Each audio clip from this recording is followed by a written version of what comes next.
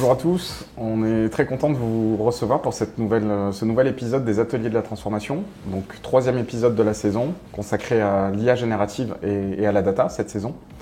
On est très heureux de vous recevoir aujourd'hui, surtout que vous êtes particulièrement nombreux pour cette session. On était à plus de 700 inscrits ce matin, donc vraiment un super score pour ces ateliers. Donc déjà merci beaucoup à tous d'être présents ce matin. Je vais accueillir Virginie Roitman, comme d'habitude, présidente du Conseil régional de l'Ordre des experts comptables de Paris, Île-de-France. Bonjour Virginie. Bonjour, je ne sais pas qui accueille qui là. Oui, c'est vrai, Hein, c'est vrai. On est d'accord. On est chez toi, on va dire ça comme ça.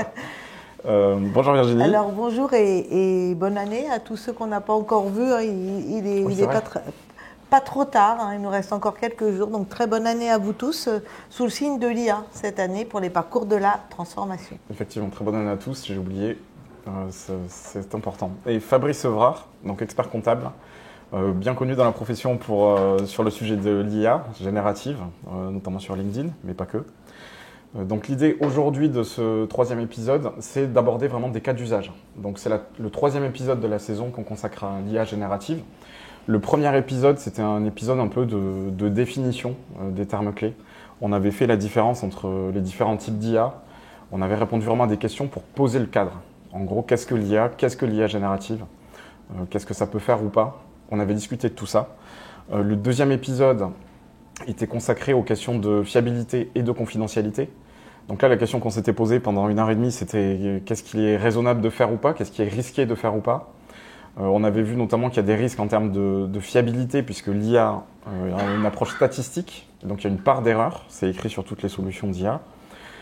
Premier point, et aussi des problématiques de confidentialité, secret professionnel, RGPD, donc il faut être très vigilant sur le type d'information qu'on soumet à l'IA. Donc c'est un petit peu le résumé flash de ce qu'on s'était dit sur ces deux premiers épisodes. Et évidemment, vous étiez nombreux à attendre des cas d'usage concrets. Et c'est ce qu'on va faire aujourd'hui et c'est ce qu'on fera aussi la prochaine fois. Donc il y a 2 ateliers complets consacrés au cas d'usage. Donc là, très concrètement, ce qu'on va faire, c'est aller sur ChatGPT et vous montrer ce qu'on peut faire un petit peu dans un cadre professionnel, en direct, en live avec l'IA. Donc par avance, soyez indulgents s'il y a en fonction de l'IA. On sait que l'IA ne répond pas toujours la même chose, mais ça va bien se passer. Voilà pour la petite introduction. Vous avez posé une question en amont avec un sondage qui a été diffusé sur les réseaux sociaux notamment. On va pouvoir commenter les résultats. Voilà, donc vous les avez à l'écran pour les personnes qui sont en live. Je vais quand même les commenter. La question qu'on vous posait, c'est comment utilisez-vous l'IA générative dans votre cabinet? Donc je vous donne aussi les résultats en même temps. Là, il y avait plusieurs possibilités. Alors c'est des exemples de cas d'usage, mais il y avait analyser les données, chercher des infos juridiques, la communication du cabinet et tout simplement j'utilise pas l'IA générative. Donc la première réponse qui remonte, c'est intéressant, c'est je n'utilise pas l'IA générative, on est à 35% de réponses, donc plus d'un tiers des participants qui ne l'utilisent pas. Donc on va faire preuve de pédagogie aujourd'hui pour vraiment vous expliquer comment on peut s'en servir et ce qu'on peut faire. Et d'autres cas d'usage, l'analyse de données, la communication du cabinet, donc on va aller dans ces 2 ateliers sur ces thèmes-là, et la recherche d'informations juridiques. Alors, je fais juste une petite... Ou si tu Fabrice, si tu veux faire un commentaire là-dessus. En fait, c'est pas fait pour ça.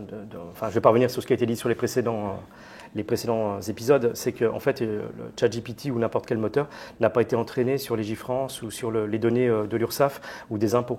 Donc, le problème, c'est que ça va apparaître quand il va écrire. On a l'impression que c'est bon, mais en fait, ça l'est pas du tout. Donc, il faut faire attention. Et surtout, la mise à jour des données sur ChatGPT, ça va pas aussi vite que le BOFIP ou que le bulletin officiel de la Sécurité sociale. Donc le problème, c'est que l'utiliser dans ce cadre-là, attention, je pense que Verspiren est en PLS quand s'ils entendent ça. Donc effectivement, voilà, on l'avait dit la dernière fois, la recherche juridique, utiliser l'IA comme une base de données, c'est un cas d'usage qui est risqué, qui peut poser des problèmes de fiabilité de l'information. Et effectivement, ce que tu disais, c'est que le problème de l'IA, c'est que ça a l'air vrai tout le temps, y compris quand ça ne l'est pas. Donc il faut vraiment être très méfiant sur ce cas d'usage, sur lequel on n'ira pas évidemment aujourd'hui. Voilà pour l'introduction. Pour les questions logistiques, donc on est là pour 1h30 comme d'habitude. Vous avez la possibilité, ici sur place, puisqu'on a du monde aujourd'hui au 50, de poser vos questions. Ce que je vous demanderai, c'est de lever la main pour qu'on vous fasse passer un micro, pour que les personnes sur le live puissent entendre votre question. Sinon, elles n'entendront pas. Et sur le chat, je vois directement vos questions, donc n'hésitez pas à les poser. J'essaierai d'en prendre un maximum au fur et à mesure du live. voilà, je pense que j'ai rien oublié en termes d'introduction. On peut démarrer tout de suite avec les cas d'usage. Donc ce qu'on va faire, c'est vous projeter l'écran. Vous allez le voir s'afficher et on sera directement sur l'interface ChatGPT. Voilà. Donc l'interface, elle est très très simple. Peut-être en... Vas-y, Fabrice. Peut-être juste préciser que tu as la version payante du coup de Chat. Ce n'est pas la version gratuite. Donc tu as des options que n'auront pas forcément les gens qui l'utiliseront gratuitement. Effectivement. Alors, il y a une version gratuite et une version payante. Version gratuite, vous allez pouvoir tester certaines choses. Version payante, ça va vous ouvrir d'autres cas d'usage. Et surtout, vous n'allez pas plafonner en termes de requêtes. Donc, tout ça, vous pouvez le tester. Donc là, on est sur l'interface. Donc pour tu veux nous dire combien ça coûte, la version payante? La version payante, on est sur un abonnement à $20, puisque c'est en dollars, pour la version la moins chère. Ouais, ou 200. Ou pour la plus chère, oui, il y a une fourchette, mais la moins chère, elle est à $20, sans engagement. Donc on peut le tester. Là, on a la version à $20. Oui. Okay. Voilà. Et c'est sans engagement, donc on peut la tester. Par mois. Par mois, oui. Oui, effectivement, par mois. Par mois. Donc voilà pour le tiers à peu près qui n'a jamais utilisé une solution d'IA générative. Peut-être juste j'explique un petit peu l'interface avant de rentrer dans le cas d'usage. Donc c'est une interface qui est extrêmement simple, sur lequel vous avez une boîte dans laquelle vous allez poser des questions et un espace très large pour les réponses de l'intelligence artificielle. Contrairement à la plupart des solutions qu'on peut utiliser, il n'y a pas de paramétrage énorme à mettre en place avant de l'utiliser. Parce que l'IA comprend ce qu'on lui demande et les questions qu'on va lui poser. Donc on peut assez vite poser des questions tout de suite dans la discussion et obtenir des réponses. Sur la gauche, vous avez un historique en appuyant sur ce bouton de conversation, qui est plus ou moins rempli selon votre utilisation. Mais c'est à peu près tout ce qu'il y a à savoir. Donc voilà. Juste peut-être les moteurs. On a un petit souci parce que les personnes qui sont dans la salle n'ont pas accès aux écrans. Peut-être que cet écran-là, on peut le tourner. Oui. Oui. Eux regardent. Enfin. Ouais, vas-y. On va le tourner. Ouais, on va tourner l'écran. Mais nous, tant pis, on verra sur le. Ouais. Pour qu'ils puissent voir en direct. Juste, en fait, il y a plusieurs types de moteurs de langage en fait, dans les choix, du coup. En fait, le moteur que vous allez choisir tout en haut à gauche, donc là, il y a marqué ChatGPT 4.0, vous pouvez choisir, et en fait, c'est le moteur qui déterminera la qualité de la réponse que vous avez derrière, et les fonctionnalités du modèle. Je m'explique. Il y a certains moteurs, par exemple, on va dire O1, qui va prendre beaucoup plus de temps, mais qui va être beaucoup plus pertinent pour des tâches avec du raisonnement. Par contre, pour de la reformulation de contenu, vous avez des petits moteurs comme O1 Mini qui marchent très très bien. Donc, il faut calibrer, du coup, le moteur de LLM en fonction de votre besoin. Là, pour l'instant, on va rester sur le standard pour faire les tests. Mais effectivement, là, vous pouvez choisir ça. Vous avez un bouton qui est important, c'est le bouton Nouveau chat. Donc, pour ceux vraiment qui ne connaissent pas, ça ouvre une nouvelle discussion. Le principe, c'est qu'à chaque fois que je veux changer de sujet, je vais ouvrir une nouvelle discussion pour éviter que l'intelligence artificielle ne mélange les contextes. Donc, chaque fois que je vais parler d'un nouveau sujet avec l'IA, je vais appuyer ici pour repartir sur une feuille blanche et éviter qu'elle se trompe en fait dans les différents sujets. Ensuite, il y a tout un tas de boutons, tout un tas, pas beaucoup, il y en a quelques-uns qu'on commentera au fur et à mesure quand on en aura besoin. Voilà, alors j'ai une première question. Laurence André, pourriez-vous nous communiquer le nom du site utilisé? Donc le site, on est sur ChatGPT là. Donc ChatGPT qui est la solution d'IA généraliste la plus connue. L'adresse elle est simple, chatgpt.com. Et vous pouvez le tester en version gratuite. Hein. On n'est pas en train de vendre un produit, je pense que c'est important de leur dire. On est en train de vous faire des démos de ce qu'il est possible de faire ou pas. Voilà, donc ça c'est un petit peu... Est-ce que dans l'épisode, c'était dans l'épisode 1 qu'on a évoqué toutes les catégories de ChatGPT, parce qu'il n'y a pas que ce LMM là. Oui, effectivement. Alors, donc il faudra revoir les épisodes et ça nous permet d'évoquer en fait que tous ces épisodes peuvent être vus sur la chaîne YouTube de l'Ordre. Dans le premier épisode, effectivement, on avait évoqué d'autres solutions. On avait parlé de Claude, de Mistral, de Gemini. Donc il y en a beaucoup d'autres sur le marché. Hein. Donc c'est pas la seule. On parle de ça là parce qu'effectivement c'est celle dont on parle le plus. C'est un bon généraliste, on peut le dire comme ça. Pour démarrer, c'est pas plus mal, mais effectivement il y en a d'autres. Ce qu'on peut dire aussi, c'est ce que vous allez voir aujourd'hui, c'est transposable sur les autres modèles. Leur interface est très très semblable. Donc si vous savez utiliser cette solution-là, vous saurez utiliser les autres solutions d'IA générative. Voilà. On peut démarrer avec un premier cas, donc on va essayer de les faire de façon un peu alternative. Virginie, n'hésite pas si tu as des questions à nous poser. Non, pas encore. Encore, ça va bien. On se prépare. Donc là, on va faire un prompt pour parler un peu Tout à fait. Professionnel. Tout à fait. Et donc, C'est ça. si j'ai bien compris, ce qu'on a déjà dit, c'est que plus le prompt est précis, plus la réponse est précise. C'est parfait. C'est ça. C'est exactement ça. Donc, on y va. Tu as préparé des trucs? Alors, on a préparé une liste de cas d'usage. On va démarrer assez simple et on va monter un peu en complexité. N'hésitez pas d'ailleurs, si dans le chat ou ici vous avez d'autres idées pour les prochains ateliers, on peut en discuter ici après la session ou dans le chat. On est toujours curieux de tout ça. La première chose qu'on peut faire, c'est de la rédaction. Donc, c'est remonter dans le sondage. Les IA génératives sont plutôt très très compétentes pour faire de la rédaction de contenu. Et on peut l'illustrer avec un premier cas pour de la communication. Donc c'est remonté dans le sondage de façon assez élevée. Et c'est effectivement un bon cas d'usage. Le premier cas qu'on a prévu, c'est la rédaction d'un post LinkedIn, par exemple. Comment est-ce que je peux rédiger un post LinkedIn pour mon cabinet avec une IA générative? Donc, n'hésitez pas à mettre en point. Je peux juste étayer un petit peu. Vas-y, bien sûr. Juste en fait, ce qu'on voit sur LinkedIn, principalement, c'est que les cabinets ne communiquent pas ou très peu sur LinkedIn. C'est toujours les mêmes cabinets qui vont communiquer ou qui ont une personne dédiée qui s'appelle un community manager qui va faire du contenu pour les réseaux sociaux.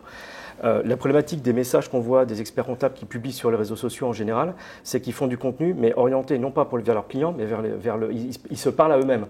Parler de la TVA intracommunautaire sur les ventes immobilières, ça parle à, je ne sais pas, peut-être à 3-4 clients en France, alors qu'il faut faire des messages plutôt orientés clients, mais ce que j'appelle mainstream, c'est-à-dire parler à la majorité des clients. Et ce qu'on peut voir avec les LLM, c'est qu'on peut lui demander de retravailler du contenu que vous avez produit pour lui dire, par exemple, tu es un client, je dois expliquer, la facturation électronique en quelques mots-clés ou l'examen de conformité fiscale. Qu'est-ce que tu peux donner comme information pertinente pour engager mon client pour qu'il souscrive à mon offre? Et lui, automatiquement, il va pouvoir rédiger un premier jet de messages.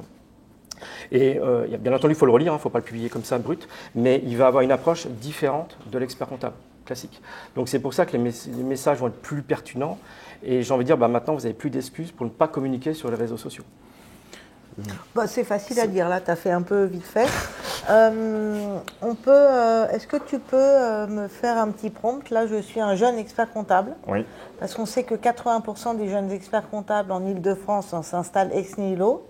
Et souvent, je suis interpellée et on me dit, mais comment je fais pour trouver des clients? Donc, LinkedIn, c'est un bon réseau professionnel, comme tu viens de le dire, Fabrice. Donc, je suis un jeune expert comptable, j'ai envie de me différencier, j'ai envie qu'on me remarque, j'ai envie de trouver des clients. Qu'est-ce que je fais comme poste, là? Alors, déjà, dans la façon de taper un prompt, dans ce que tu appelais le prompt qui est la requête, ce qu'on peut dire, c'est qu'il faut un peu changer de façon de réfléchir par rapport à ce qu'on a l'habitude de faire sur Google. Donc là, je ne vais pas taper 3-4 mots-clés pour arriver à un résultat. Je vais taper vraiment des phrases comme si je discutais avec quelqu'un. Donc pour faire ce que tu dis, je vais retranscrire quasiment ce que tu viens de dire. Donc je vais donner des infos sur moi. Par exemple, je suis un jeune expert comptable qui vient de créer son cabinet à Paris. Je voudrais communiquer sur LinkedIn pour trouver de nouveaux clients. Est-ce que tu as une spécialité dans ton cabinet? Tu l'as fait externaliser? Oui, en secteur ou en prestation, est-ce que... Non, justement, okay. Pas de spécialisation. Alors, on va mettre, peux-tu m'aider à rédiger un post LinkedIn qui soit optimisé pour ce réseau, par exemple. C'est une première version que je vais faire. Donc j'ai donné... Tu peux rajouter que, en fait, là, c'est un message, ça va être un post, mais bien entendu, tu peux lui demander de faire une stratégie de communication sur plusieurs mois et de faire des thématiques d'articles. Tout à fait. Avec une obligation d'avoir un nouveau client par jour. Tu peux lui demander aussi? On peut lui demander. Donc là, vous voyez, j'ai tapé quelque chose qui est rédigé. Donc on sort complètement du réflexe Google. C'est comme si je m'adressais à quelqu'un, avec un maximum d'éléments de contexte sur qui je suis, qui je vise. Donc je pourrais dire nouveaux clients, peut-être TPE, PME. Je vise des nouveaux clients, peut-être des jeunes entrepreneurs qui me ressemblent. Donc on va mettre tout ça. Vas-y. Je rajouterais juste que tu dois être. En fait, il faut lui préciser que c'est un spécialiste des réseaux sociaux, donc on le contextualise, on lui donne une spécialité, que ChatGPT est un spécialiste des réseaux sociaux, et surtout d'utiliser les bonnes pratiques de communication sur LinkedIn, et notamment de faire un message avec des smileys. Ça marche bien, parce que du coup, quand tu as des smileys ça paraît tout bête, mais dans un post LinkedIn, il est plus souvent vu qu'un message brut de texte, voilà, tout simplement. Donc ça permet de, déjà directement, il est capable, ChatGPT, de te faire des petits. Tu peux pas lui demander une image? Si, on va le faire juste après. Ah ouais, parce que c'est mieux l'image que les smileys. C'est mieux dans ton contenu, dans ton texte, tu mets des smileys et après tu mets l'image qui va bien, qui étaye ton propos. Donc là, vous voyez, on a fait quelque chose de construit. Donc j'ai repris ce que disait Fabrice, j'ai repris ce qu'a dit Virginie. On a fait quelque chose de développé. Il y a quelques questions à se poser. Qui je suis? L'IA, par défaut, elle ne sait pas qui elle s'adresse. Elle ne sait pas si vous êtes un étudiant, un professionnel, si vous avez 15 ans ou plus. Elle ne sait pas quel est l'objectif, quelle est la cible. Donc il faut donner des éléments sur tout ça. Est-ce qu'on pourrait rajouter donc je suis en train d'assister à un webinaire passionnant sur l'IA, et justement ça pourrait être l'objet du message LinkedIn et de se mettre en valeur. Oui. Parce qu'on s'intéresse à l'IA. C'est peut-être pas mal pour trouver des clients. On peut rajouter tout ça sans problème. C'est-à-dire que tous les éléments de contexte qu'on peut apporter, il faut y aller. Alors, on n'est pas obligé de faire aussi long à chaque fois. J'aurais pu faire plus court, mais plus je vais donner d'éléments de contexte, et plus je vais avoir une réponse qui me sera spécifique et qui ne sera pas générique et qui ne ressemblera pas à 80% de ce qu'on peut lire sur les réseaux sociaux. Donc là, je vais pouvoir dire ce que tu viens de dire, par exemple. J'assiste en ce moment à une conférence sur l'IA générative. Et je voudrais profiter de cette occasion pour mettre en avant mon intérêt pour ces sujets. Par exemple, c'est marrant que tu parles des événements, quand tu assistes à un événement, de pouvoir communiquer sur les réseaux sociaux. C'est pas un cas d'usage qu'on verra aujourd'hui, mais par exemple, j'ai développé un truc où tu prends une photo, tu donnes le contexte de la conférence et il te prépare le message LinkedIn. Tout simplement en analysant la photo, le contenu de ta diapo, en fait, que tu as pris en photo, le thématique de la conférence, les auteurs de la conférence, les conférenciers, et automatiquement, il te génère un message. Voilà. Donc. Et ça, c'est le dernier épisode. On est obligé de faire tout. Exactement, c'est le prochain. Il faudra revenir du coup. Il faut qu'il y ait un intérêt. Voilà, c'est ça. Donc là, vous avez à l'écran le résultat de l'IA générative. Donc, elle nous a fait quelque chose qui, sur la forme, est structuré un peu comme un post. Donc, quelque chose de très structuré, avec des emojis, des icônes. Vous voyez que l'objectif est atteint par rapport à ce que j'ai demandé, c'est-à-dire que ça vient mixer le fait que que tu assistes à une conférence et l'accroche pour les prospects. On a une accroche à la fin pour inciter à l'action, faire en sorte que les prospects nous contactent. Voilà, donc, je ne sais pas, dis-moi ce que tu en penses, parce que c'était pour toi. Non, ça a l'air pas mal du tout. Je ne sais pas ce que vous en pensez, là, dans la salle. Oui. Monsieur, là, vous avez le micro, c'est raté pour vous. J'avais une question. Oui. Je ne sais pas si vous m'entendez. Oui. J'aimerais savoir si deux personnes écrivent le même prompt, est-ce que l'IA donnera la même réponse? Non. Non, parce que du coup, il y aura des formes. Alors, il faudrait que ce soit le même prompt identique, utilisé sur le même LLM et au même moment. C'est-à-dire que si à 6 mois d'intervalle, des fois, il y a des mises à jour et les prompts vont totalement varier. En conférence, il y a un truc qu'on donne généralement pour montrer des failles de ChatGPT. On lui dit combien de fois la lettre I apparaît dans le mot France. Dans les anciennes versions, il disait ça apparaît 3 fois, donc il racontait n'importe quoi. Et dans les nouvelles mises à jour, on voit que ça a évolué, donc ça s'améliore vite. Il va dire là, en fait, ça apparaît 0. Donc en fait, la problématique, c'est que entre deux moments différents de l'année, entre deux LLM différents, donc par rapport à ce qu'on a dit dans la sélection des modèles qu'on a choisis, il n'apportera pas forcément les mêmes réponses. Et après, c'est l'expérience qui fait qu'on va utiliser plutôt tel ou tel modèle en fonction de la tâche qu'on veut effectuer. D'accord. Même là, si on faisait la même requête, là, si vous tapiez ça sur votre ordinateur, vous n'auriez pas exactement la même chose. D'accord. Ça ne sera jamais au mot près, parce qu'il y a une approche statistique. On a vu ça dans le premier épisode, mais c'est un calcul de probabilité. Et donc, en fait, ça ne va pas chercher une info dans une base, quoi. Voilà. Le seul bémol que je mettrais, c'est que ce genre de message est très bien pour les réseaux sociaux. Oui. Sauf qu'il n'y a pas ce qu'on appellerait la patte. Ce que j'appelle la patte, c'est-à-dire le petit plus sur les réseaux sociaux qui fait qu'on voit que ce n'est pas de l'IA, qu'il y a vraiment un humain derrière. Donc il faut le retravailler pour apporter votre petite subtilité, le petit plus qui fait qu'on sait que c'est vous qui êtes derrière et pas l'IA. Alors, si j'ai bien compris aussi, quand même, les experts comptables ne sont pas très souvent sur LinkedIn. Donc ça peut être un bon début pour commencer, sans la petite patte, et puis dans un deuxième temps, on fait ça. C'est pas mal que la profession soit sur ce réseau social pour se mettre en valeur. Exactement, ça évite le syndrome de la page blanche où tu as envie de faire un message, mais tu n'as pas le temps, tu ne sais pas quoi faire. Et surtout, je rajouterais, ça vous aide dans la régularité du contenu, parce que ce qui marche bien sur LinkedIn, c'est pas de publier tous les jours, ou faire 30 messages sur un mois, c'est de faire dans la régularité. Et c'est ça que ça permet de vous aider de faire un plan stratégique de communication sur certains articles et étaler dans le temps. Et il va vous aider, et après, il faut le retravailler. Là, ce qui est intéressant dans ce qu'on a fait là, c'est ce que tu proposais, c'est-à-dire de l'alimenter avec un élément spécifique, qui est spécifique à votre cabinet. Ça fera toujours un contenu qui sera de meilleure qualité que de faire un contenu, si on avait dit de façon générale, la même chose sans ce cas particulier. Je suis expert comptable et je veux toucher des prospects. On aurait eu quelque chose de très générique, sans spécificité particulière, sans relief.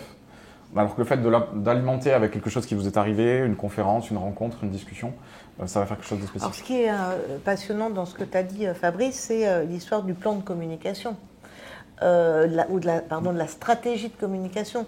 Parce que là, on a évoqué, j'ai évoqué le fait de trouver des clients quand je suis un jeune expert comptable. Mais nous, alors moi, la vieille expert comptable, je ne vais pas mettre du nous parce que ça pourrait en gêner certains.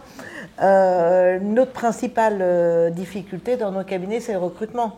Et là, être visible sur LinkedIn pour être attractif et se mettre en valeur assez souvent,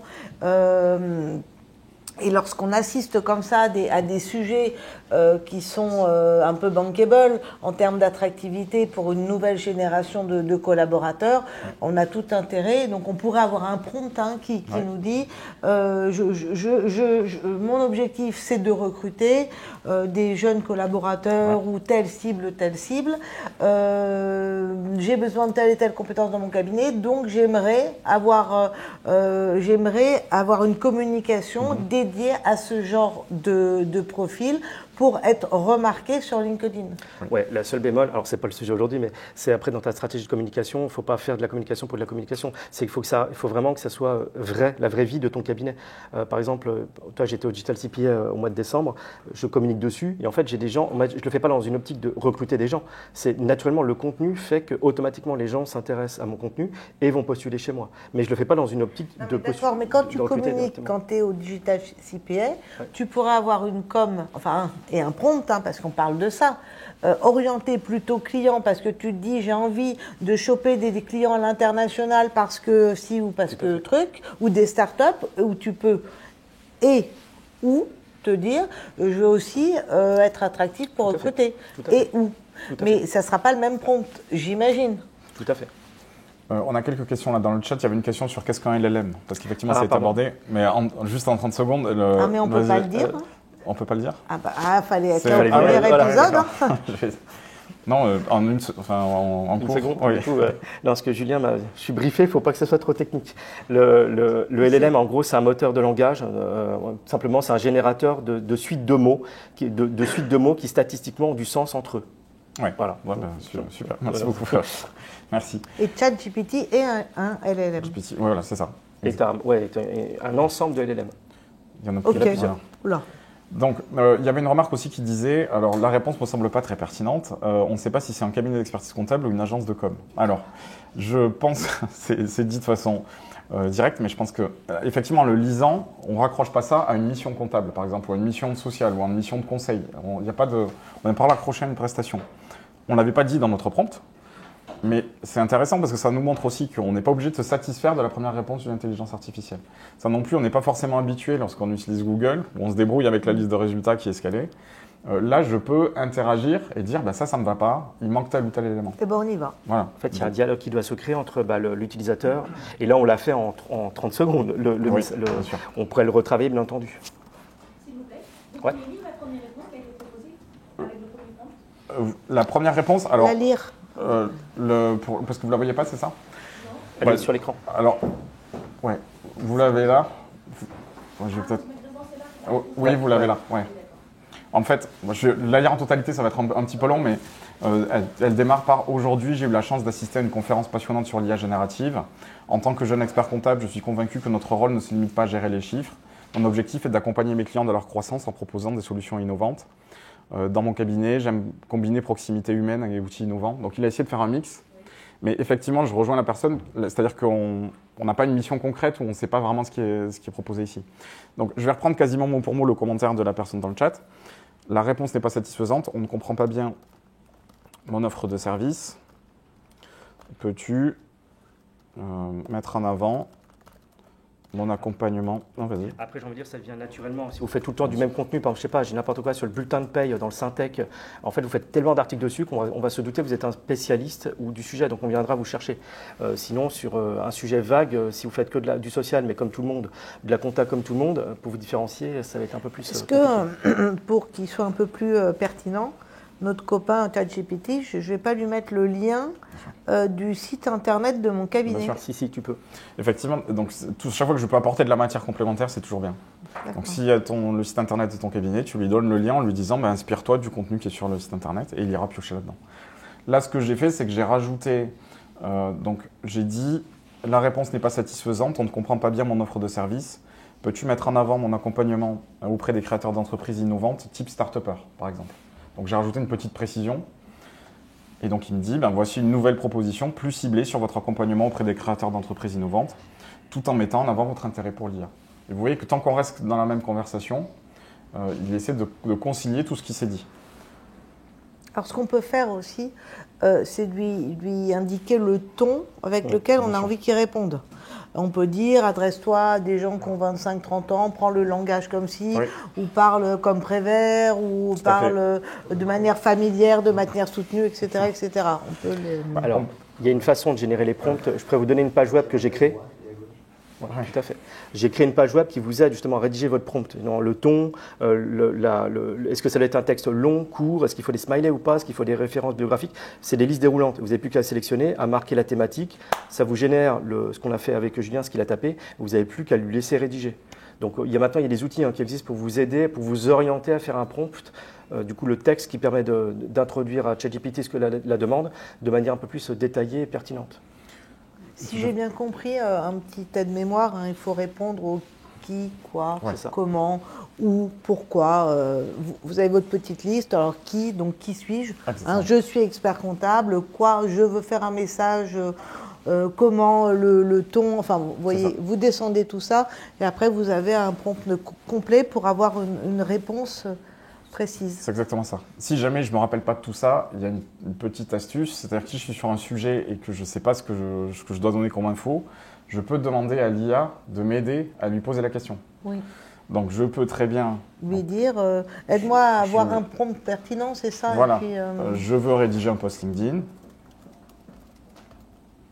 et je peux dire quelque chose comme de quoi as-tu besoin? Ou pose-moi toutes les questions pour le faire, enfin la formulation que vous voulez. Et le fait de faire ça, vous allez voir que l'IA me dit, quel est le sujet, quel est le public, quel est le ton, quel est le message, quel est le contenu, etc. Donc je peux même me servir de l'IA pour utiliser l'IA, ce qui est quand même assez pratique.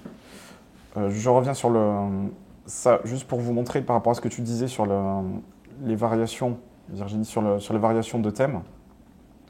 Il y a un exemple qui est souvent fait, mais qui est quand même assez parlant. Les possibilités de changement de style sont assez limitées. Ici, je lui dis par exemple, rédige une version de ce post en alexandrin. À la seconde, il nous fait quelque chose qui non seulement est en alexandrin, mais qui concilie tout ce qu'on a dit au-dessus. Donc, qui parle du sujet de l'IA générative, qui vise des prospects. Tu peux dire le début, là? On va voir si tu lis bien l'alexandrin. Non, je ne vais pas le déclamer très bien. Ce jour, j'assiste ébahi à une conférence sur l'IA générative et son influence immense, un outil pour demain porteur de 1000 éclats que chaque entreprise agile embrassera. Voilà. Extraordinaire. Donc ça concilie tout ça. Alors évidemment, on va pas, c'est pas un exemple en vous disant faites vos posts en alexandrin, mais c'est pour vous montrer le spectre de ce que peut faire l'IA. Et comme tu disais, on peut l'adapter à n'importe quel public. Enfin, les messages sur LinkedIn qui marchent le mieux, c'est quand on fait une déconnade. C'est paradoxalement, quand on fait un contenu un peu trop strict et rigoureux, les gens ne l'apprécient pas. Alors que quand on met des fois, par expérience, des fois un petit peu quelque chose de stupide, du coup, c'est ce qui va plaire le plus. L'être humain est fait comme ça. C'est vrai. Je prends quelques questions là qui sont tombées, parce qu'il y en a pas mal qui tombent au fur et à mesure. Quelqu'un qui essaie de s'inscrire sur le site et qui me dit on me demande mon numéro de carte bleue. Alors soyez vigilant sur l'adresse. Alors c'est bien ChatGPT, il faut que ce soit la bonne adresse. ChatGPT.com. Mettez pas la. Faites attention parce qu'il y a beaucoup de sites autour qui gravitent sur ce nom et ses logos et qui essaient de profiter de ça. Donc ChatGPT.com.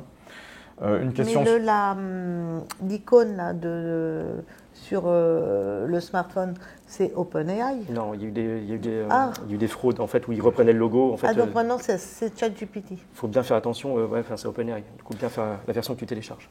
Alors c'est OpenAI ou ChatGPT? Oui, l'éditeur, c'est OpenAI et le produit, c'est ChatGPT.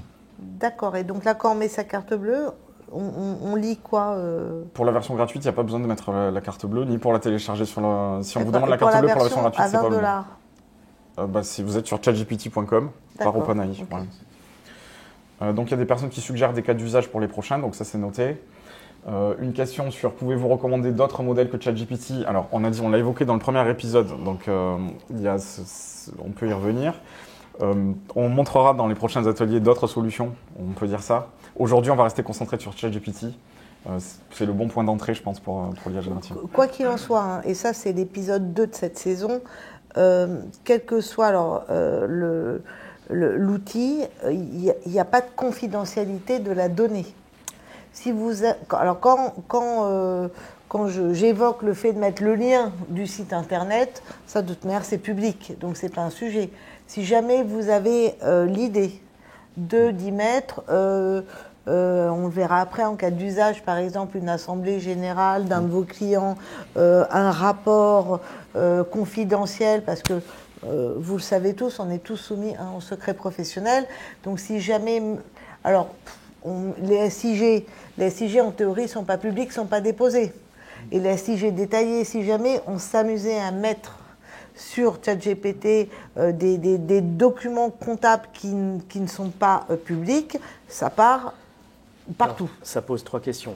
Tu as le contenu qui est produit par l'ordre, par l'institution, mais où on se connecte avec notre compte expert pour avoir accès. Tu as le contenu, là c'est pas les commissaires aux comptes, mais le contenu qui est sur Sidonie, de la CNCC, qui est tout au copyright. Donc tu ne peux pas directement l'utiliser et le déposer en théorie dans ChatGPT. Après, chacun est responsable de l'utilisation qu'il en fait. Ça pose la question du contenu de l'AG. Si ton AG elle est sur Papers, vu que Papers est fabuleux, donne à disposition toutes les données publiques, tu as envie de dire c'est sur Papers, donc on peut potentiellement le récupérer. Théoriquement, dans la version payante, c'est marqué dans les conditions générales d'utilisation, ils n'entraînent pas leur futur modèle sur la donnée que tu leur as transmise. Ça n'engage que eux. Moi, je ne les crois pas. Donc après, c'est au choix, personnellement. Mais je pense que ces Américains, s'ils veulent utiliser ma donnée pour entraîner leur moteur, ils le feront.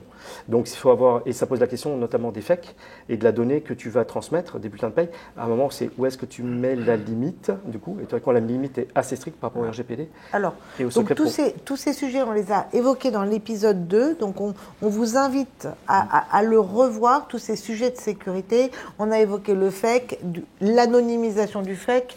On s'est permis, Fabrice, d'utiliser mon outil, c'est ça? Pas du tout, pas de l'utiliser, de le citer. D'accord. Okay. D'inciter les personnes à utiliser ton outil d'anonymisation du FEC. Si vous êtes stressé par tous ces sujets de sécurité, alors je dis stressé mais sensibilisé, et vous avez bien raison de l'être, revoyez l'épisode 2.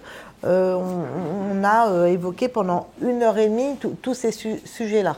Donc, en conclusion, si on y met des données qui sont confidentielles, elles partent n'importe où. Exactement. Donc, soit les données sont déjà publiques et on les met, soit on anonymise. Soit on anonymise. Ouais. Voilà. On y va.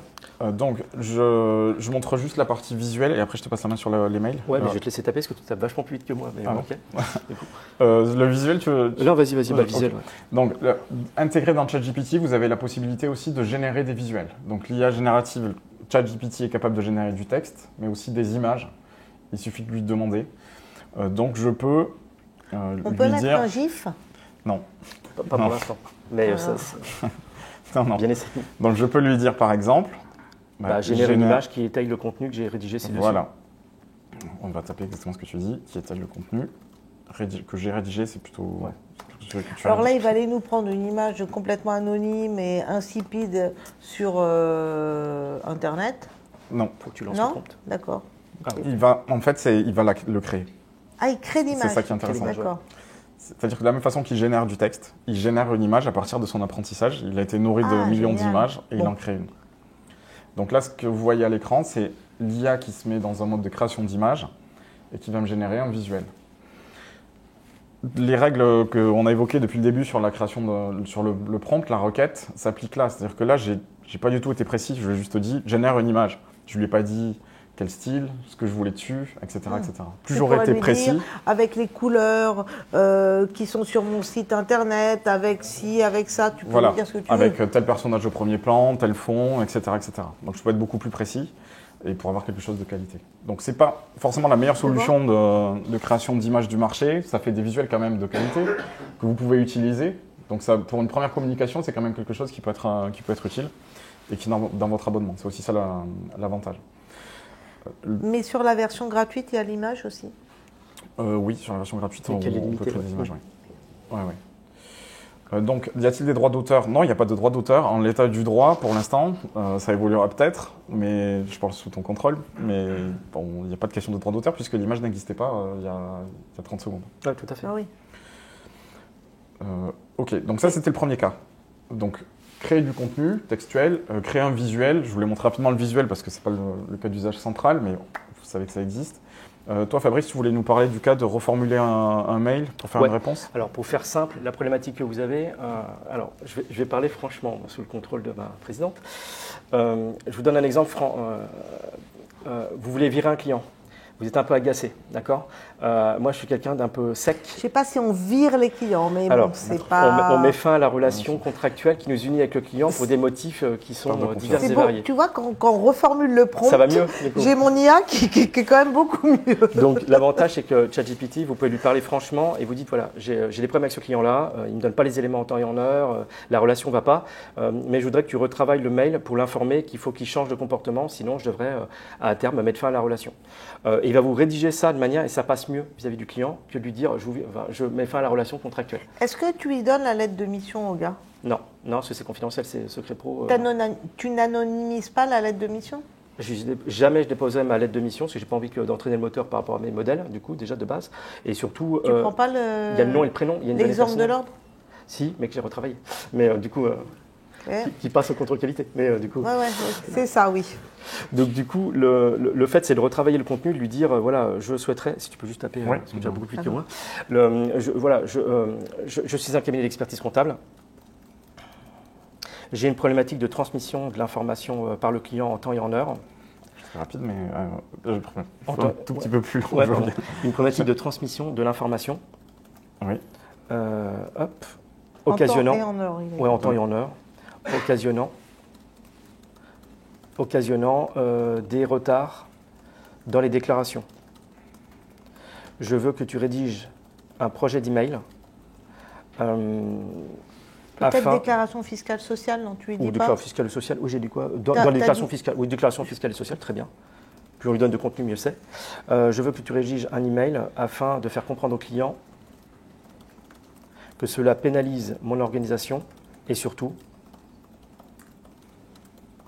le développement de son activité. Que nous nous tenons à sa disposition, le cabinet se tient à disposition pour l'accompagner afin de résoudre ce problème. Ah oui, là tu lui vends une mission d'accompagnement, de réorganisation, avant de le virer. Mais non, mais tant qu'il y a une contrainte, il faut voir, ou tu as un problème pour ton cabinet ou pour le client, moi j'y vois une opportunité, donc là il est désorganisé, il a peut-être encore un espoir que j'arrive, c'est juste parce que, pourquoi il n'a pas transmis les éléments, c'est parce qu'il est bordélique, ou c'est parce que volontairement il ne veut pas les transmettre? Moi je pense que tu as suivi toutes les saisons des parcours de la transformation et qu'à la fin, tu es presque parfait. Moi, j'ai fait cap sur la performance aussi. Alors, allez. Il y avait des questions sur l'outil d'anonymisation. Donc, quelqu'un a. Ouais. Merci parce que j'ai pas eu de y répondre. Mais quelqu'un a mis le lien directement dans le chat. Donc, c'est parfait. Sinon, pour les personnes qui sont ici, anonymiser-fec.com. Alors, je précise, comme c'est moi l'auteur, c'est en mode projet. Je vais remettre encore un énorme disclaimer. Je ne suis pas un éditeur de logiciel. Oui, c'est gratuit. C'est un outil. Je le mets juste à disposition, c'est pour vous aider. Par contre, ça vous impose quand même de regarder dans le FEC ce que j'ai rendu anonyme. Du coup, vous n'allez pas le balancer après directement dans ChatGPT. Ouvrez-le. Voilà, je dis ça. Et je vais remettre des disclaimers parce qu'on m'a prévenu que c'était utilisé. Donc, je vais quand même faire gaffe. Du coup, faites gaffe dans les données que vous transmettez. Voilà. Il y a aussi une question sur est-ce qu'on ne peut pas dicter le prompt. Donc oui, on peut désormais dicter. C'est-à-dire que là, ce que moi j'ai fait, parce que là tu me l'as dicté, je ne suis pas toujours là pour taper les prompts. Donc vous pouvez les dicter surtout sur téléphone et désormais maintenant sur Internet. Mais ça marche Oui. Bon, ça fonctionne quand même pas trop mal, je trouve. Donc là, on a le résultat. Je ne sais pas si tu veux le commenter, le regarder, le Alors, commenter donc, et le montrer tu peux nous le dire Virginie. Ouais, cher client, nous espérons que vous allez bien. Bon, ça, on aurait souhaité, on aurait pu dire, bah pareil, on est au mois de janvier, on peut souhaiter les meilleurs vœux. Donc il faut le retravailler, c'est un projet. Mais on peut lui dire, voilà. Et peut-être tu le tutoies. J'évite parce que c'est vis-à-vis des juges, tu sais, la proximité avec le client, c'est pas forcément l'idéal. Ah, Par rapport à l'indépendance, c'est pas Tu es top. souvent face au juge. Non, mais j'ai écouté des webinaires qui m'ont sensibilisé sur le sujet, donc j'ai fait bien. assez gaffe. Nous attirons votre attention sur le point essentiel concernant la transmission des informations nécessaires à la gestion de vos déclarations fiscales et sociales. En effet, le respect des délais pour nous fournir les pièces et les données nécessaires est primordial pour assurer la conformité de vos obligations déclaratives, une gestion optimale et sans stress de vos échéances fiscales et sociales, la fluidité de notre collaboration. Point. Lorsque les informations nous parviennent avec retard, cela engendre des contraintes organisationnelles importantes pour notre cabinet, mais plus important encore, cela peut avoir des conséquences négatives pour le développement de votre activité, notamment en raison de pénalités et d'erreurs évitables. Nous sommes pleinement conscients que vous êtes concentrés sur la gestion et le développement de votre entreprise et nous sommes ici pour vous accompagner dans cette démarche. Pour cela, nous accompagnons. Extraordinaire. Voilà. Donc au moins, tu as répondu. Tu n'as pas dit, voilà, pourquoi vous ne transmettez pas les éléments. Tu as synthétisé. Et ça, un mail comme ça, rédigé, je ne sais pas, si tu es doué en rédaction, tu mets peut-être 15-20 minutes. Là, en 2 secondes, il est fait le mail. Et ça, vous avez répondu à la problématique.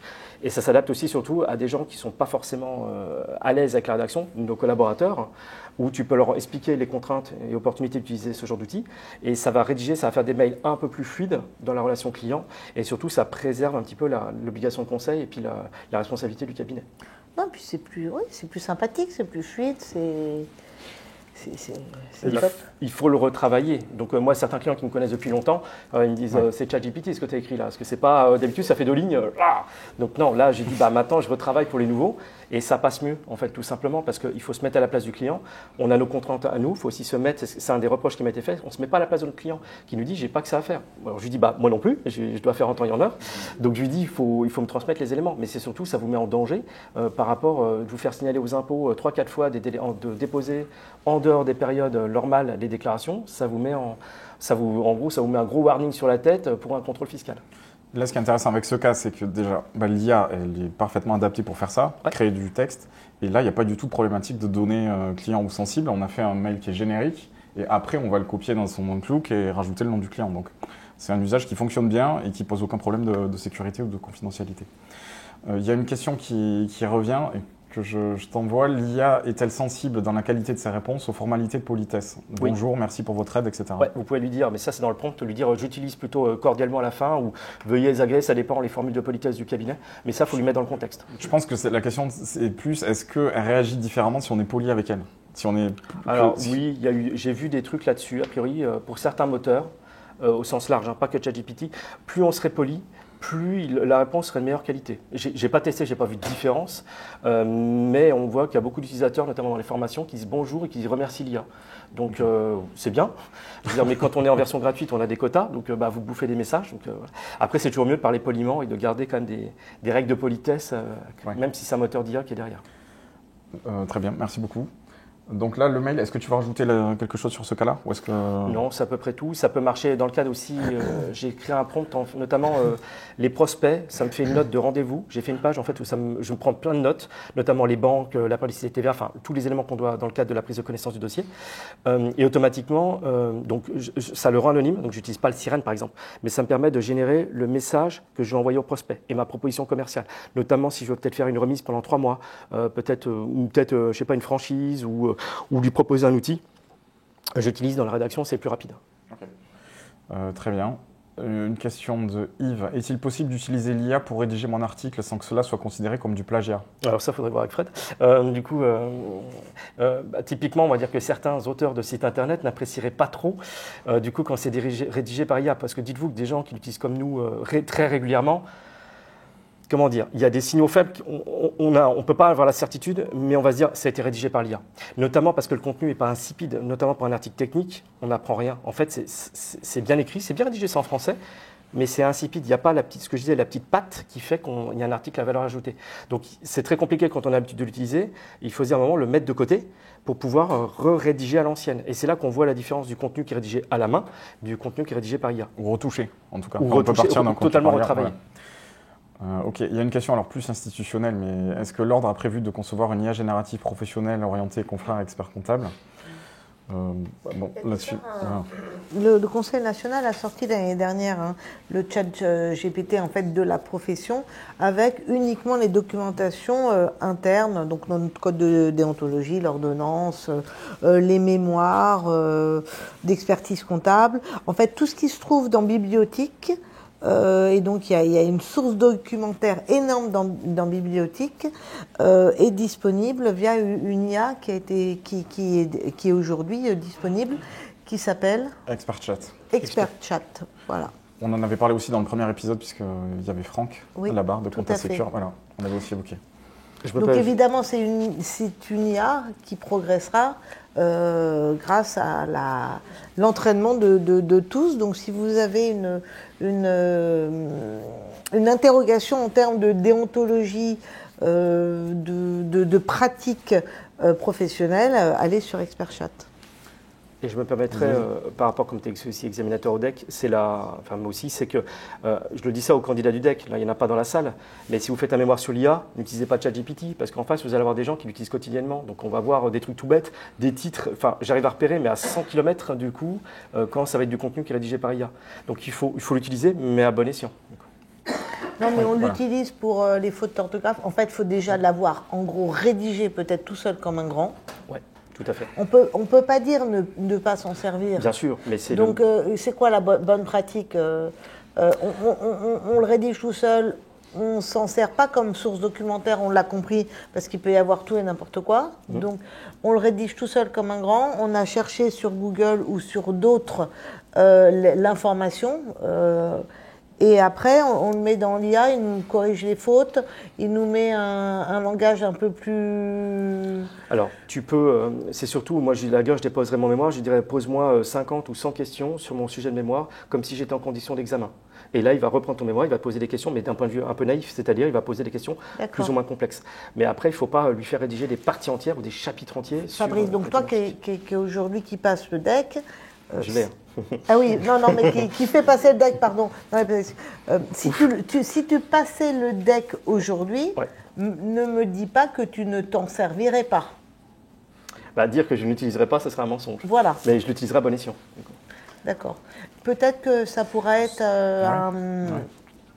un webinaire qu'on pourrait organiser avec les experts comptables stagiaires pour la bonne utilisation sachant que j'ai fait un site, je ne vais pas donner le nom, mais j'ai fait un site où on dépose la demande d'agrément et c'est l'IA qui te fait un rapport de 8 pages sur ta demande d'agrément. Voilà, c'est juste un cas d'usage de l'IA, par exemple.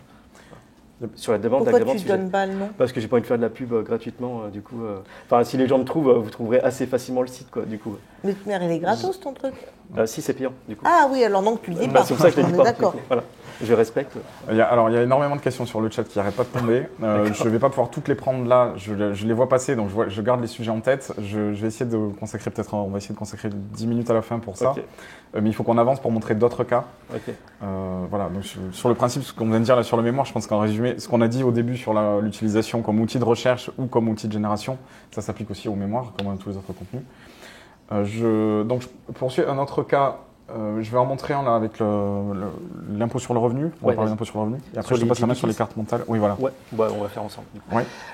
Donc, le cas qu'on va montrer actuellement, c'est on dépose la notice fiscale. Donc, c'est le petit document qui est mis à disposition de l'administration fiscale qui fait 50-60 pages. Le guide du contribuable, non ? Ce n'est pas le guide du contribuable, c'est la brochure pratique. Donc, le document, vous l'avez à l'écran. Parfait. Là, l'idée, c'est de se dire, plus on alimente l'IA avec de la matière de qualité, meilleure est la réponse. Du coup, le but, c'est de donner à ChatGPT ce document PDF avec tout le contenu de la brochure fiscale, qui fait quand même 70 pages, 434 pages. J'avais oublié que c'était l'administration fiscale française. Et du coup, qui va vous permettre, déjà, vous allez pouvoir lui poser des questions. Mais pareil, si vous lui posez la mauvaise question, il vous donnera une mauvaise réponse. On le voit dans le cadre de l'opération Allo Impôt, je parle sous ton contrôle, où quand les gens appellent, mécaniquement, ils nous donnent, c'est pas les bons mots, ils nous expliquent pas forcément la bonne situation, il faut leur tirer un petit peu les verres du nez pour bien contextualiser la question, pour aller chercher dans la bonne documentation. Là, l'avantage, c'est qu'on peut s'y aider, du coup, directement en posant la question à ChatGPT qui va aller chercher dans la documentation, ce qui ne vous exonère pas quand même d'aller vérifier la réponse. Oui, tout à fait. Donc là, l'idée, c'est de se dire, je suis un cabinet, je voudrais que tout le monde, tous mes collaborateurs, toutes les équipes, lorsqu'elles répondent à des questions sur l'impôt sur le revenu ou pour les aider à les préparer, on ait quelque chose d'homogène, de fiable, sous réserve de ce que tu viens de dire, et que tout le monde travaille sur la même base. Donc, toujours la même question, c'est la qualité du prompt, ce que tu as dit, et la qualité de la matière première qu'on apporte à l'intelligence artificielle. Le prompt, on va le voir. La matière première, là, on est sur une matière première qui est disponible, ouverte, fiable. Donc, c'est idéal pour faire travailler l'IA. Mais on peut avoir une IA partagée dans un cabinet? Oui. C'est exactement ce qu'on va montrer. On le montre là? Ouais. Sur GPT, t'as au niveau de l'abonnement. Comment? Je vais faire les prompts parce qu'avec vous, je comprends qu'il faut que je fasse des prompts vraiment précis parce que sinon je n'ai pas vraiment de réponse précise. Donc, comment? Alors, justement, là, si on peut rebasculer sur l'écran de ChatGPT, je vais revenir sur l'interface. On va utiliser une autre fonctionnalité qui est celle de la création de GPTs. Qui sont en gros des collaborateurs, on va dire ça comme ça, des petits robots qui ont accès à la documentation. En fait, on va leur donner l'accès à la documentation via le PDF et automatiquement qu'ils vont s'en servir en priorité pour répondre à la question. La problématique, c'est que faites attention parce que ces GPT, ces petits robots, on peut les mettre à disposition gratuitement de n'importe qui. La problématique, c'est qu'il y a une technique qui existe, moi-même je l'ai fait, c'était on interroge le GPT et le but c'est qu'on veut savoir, qu'on lui fasse, entre guillemets, cracher la documentation qu'il a utilisée pour répondre. Et ça pose la problématique si vous avez du contenu qui est du cabinet, produit par le cabinet, que vous avez donné à un GPT pour répondre à des questions, si vous ne l'avez pas protégé, automatiquement, en posant des questions à l'IA, automatiquement on va lui dire qu'est-ce que tu as utilisé comme documentation pour répondre à tes questions? Donne-moi le nom du PDF qui t'a servi à répondre aux questions que tu... Enfin, quel est le nom du PDF qui te sert à répondre à mes questions? Et automatiquement, il va vous le dire, du coup, automatiquement. Alors, parce que je me suis peut-être un peu perdue dans ta pensée, mais ce que j'ai l'impression que tu nous dis, c'est si on a une IA partagée, via les GPTs, là, c'est-à-dire que moi, je suis dans mon cab, je crée des GPTs pour que mes collaborateurs utilisent cette IA qui pourrait être l'IA de mon cabinet.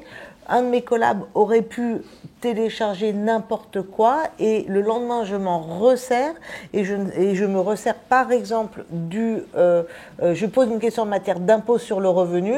Un collab est allé mettre une source incertaine. Oui, tout à fait. Donc, il faut vérifier lorsqu'on fait, on ne peut pas maîtriser la source parce que quand on est tout seul, pour l'impôt sur le revenu, la source est le document, donc on n'a pas ce doute-là. Mais une IA partagée, on peut avoir un doute sur la source, donc il est utile de demander la source. Et en fait, il faut surtout identifier qui est l'auteur de ton GPT. Oui. Est-ce que c'est l'ordre ou pas, ou si c'est un expert comptable, et qui est derrière réellement, et quelle est la base documentaire qu'il a mise. Parce que ça se trouve, il l'a créé, mais il ne va pas le mettre à jour. Mais mon GPT, je ne donne pas aux autres, je vais le donner qu'à mes collabs. J'ai 5 collabs, je partage mon GPT avec mes collabs. Oui, il faut juste qu'ils aient un abonnement du coup, au cabinet, ou que vous ayez la même licence pour pouvoir partager la documentation en interne. Tu nous montres comment? Ouais. Tu peux même l'utiliser avec des comptes gratuits. Donc je prends dans mon cas mon abonnement à 20 € par mois, 20 $. Ouais. Et j'ai le nombre de GPTs que je veux. C'est limité. En fait, tu peux en créer autant que tu veux et tu peux le partager avec tes collaborateurs. Eux ne sont pas obligés d'avoir depuis quelques semaines, ils sont plus obligés d'avoir une licence payante pour l'utiliser. Il en faut une pour en créer, mais pas pour les utiliser. Donc tu peux leur partager. J'en avais fait un qui est à disposition du public qui s'appelle TAC, le tuteur de l'assistant comptable. En fait, j'ai fait une sorte de carte mentale rapide du coup des diligences à effectuer pour un bilan dans une SAS. Donc c'est très schématique. Hein. J'ai donné ça au robot et maintenant quand tu lui dis qu'est-ce que je dois faire comme contrôle sur les fournisseurs débiteurs, hop, il te dit vous devez regarder la justification, est-ce que c'est des acomptes, machin. En fait, je l'ai entraîné grâce à du contenu que je lui ai produit. Et ça, je l'ai donné il y a plus de 2 ans maintenant, je l'ai donné gratuitement à la communauté où les gens peuvent se connecter dessus et avoir accès à mon petit bot. Donc si je demande à ChatGPT, si je pose cette question-là, il se peut qu'il me donne ta réponse. Non, il va falloir que tu te connectes à mon bot, du coup à mon GPT, pour avoir accès à mon information. Tu ne pourras pas de base sans t'être connecté à moi, sans avoir, D'accord, mais dans sa source documentaire, non, ça ne peut pas sortir. Non. En principe. Donc, je montre ce que c'est concrètement un GPT, pourquoi ça peut être utile et comment on fait pour le créer. Donc ici, je suis sur l'interface. Merci Thomas. Donc vous cliquez en haut à droite sur vos initiales ou sur votre compte. Et vous avez une fenêtre avec écrit « Mes GPT ». Je clique dessus.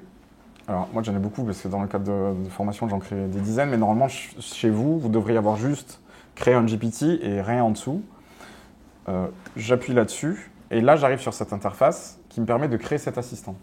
L'objectif de créer un assistant par rapport à ce qu'on a fait jusqu'au début, c'est que là, je vais pouvoir me paramétrer quelque chose qui sera toujours à dispo et qui va travailler uniquement sur la matière que je lui ai fournie et uniquement en suivant les instructions que je lui ai fournies. Donc là, le cas qu'on va faire impôt sur le revenu, je vais avoir sur le côté mon assistant impôt sur le revenu qui sera entraîné avec la brochure des impôts, donc qui sera très pertinent sur ce sujet et qui répondra de la façon dont j'ai prévu qu'il fonctionne. Et donc chaque fois que je vais avoir une question sur un sujet, je ne vais pas la poser à ChatGPT, le généraliste, mais je vais poser la question à cet assistant spécialisé sur l'impôt sur le revenu. C'est ça cette logique en fait de GPT, c'est d'avoir cette batterie d'assistants en fonction des cas. Donc là, je suis en train d'en créer un. Je vais aller sur l'aspect sur l'onglet configurer. Il faut lui donner un nom. Donc je vous montre, je l'ai déjà préparamétré quand même pour gagner un peu de temps sur la démo, mais je vous montre déjà comment ça fonctionne. J'ai cette interface, vous voyez, qui est assez simple. Hein. Je n'ai pas 12 000 champs. Il faut lui donner un nom, une description. Donc ça, c'est simplement pour moi, pour me rappeler ce qu'il fait si j'en ai plusieurs. Et après, j'ai des instructions où là, je vais lui donner le prompt. Je vais le donner à cet assistant. Et à chaque fois que je vais lancer cet assistant, il va réutiliser ce prompt-là. Je n'aurai pas à le retaper à chaque fois. Et j'ai base de connaissances où je vais aller charger des fichiers. Et donc là, je vais aller charger le doc sur lequel je veux qu'il travaille. Et après, il sera prêt. Donc là, je ne vais pas vous le refaire pour gagner un peu de temps, mais je l'ai déjà préparamétré. Donc, et je le répète, attention à la documentation que vous allez lui donner, parce que beaucoup de documentation au niveau professionnel, que ce soit l'ordre ou la compagnie, est sous copyright. Donc on a interdiction formelle, je dis bien de le faire, de déposer des PDF qui seraient sous copyright. Là, je suis sur du contenu public, donc il n'y a pas de souci. Donc là, je l'ai appelé l'impôt pour les nuls, l'IA qui répond aux questions en IRPP. Je vous montre comment je l'ai paramétré. Donc vous avez ici le prompt que j'ai donné à cet assistant. Donc tu es une IA qui répond à des questions de collaborateurs comptables chargés d'établir les déclarations de revenus. Tu dois systématiquement donner la règle applicable avant d'apporter la réponse.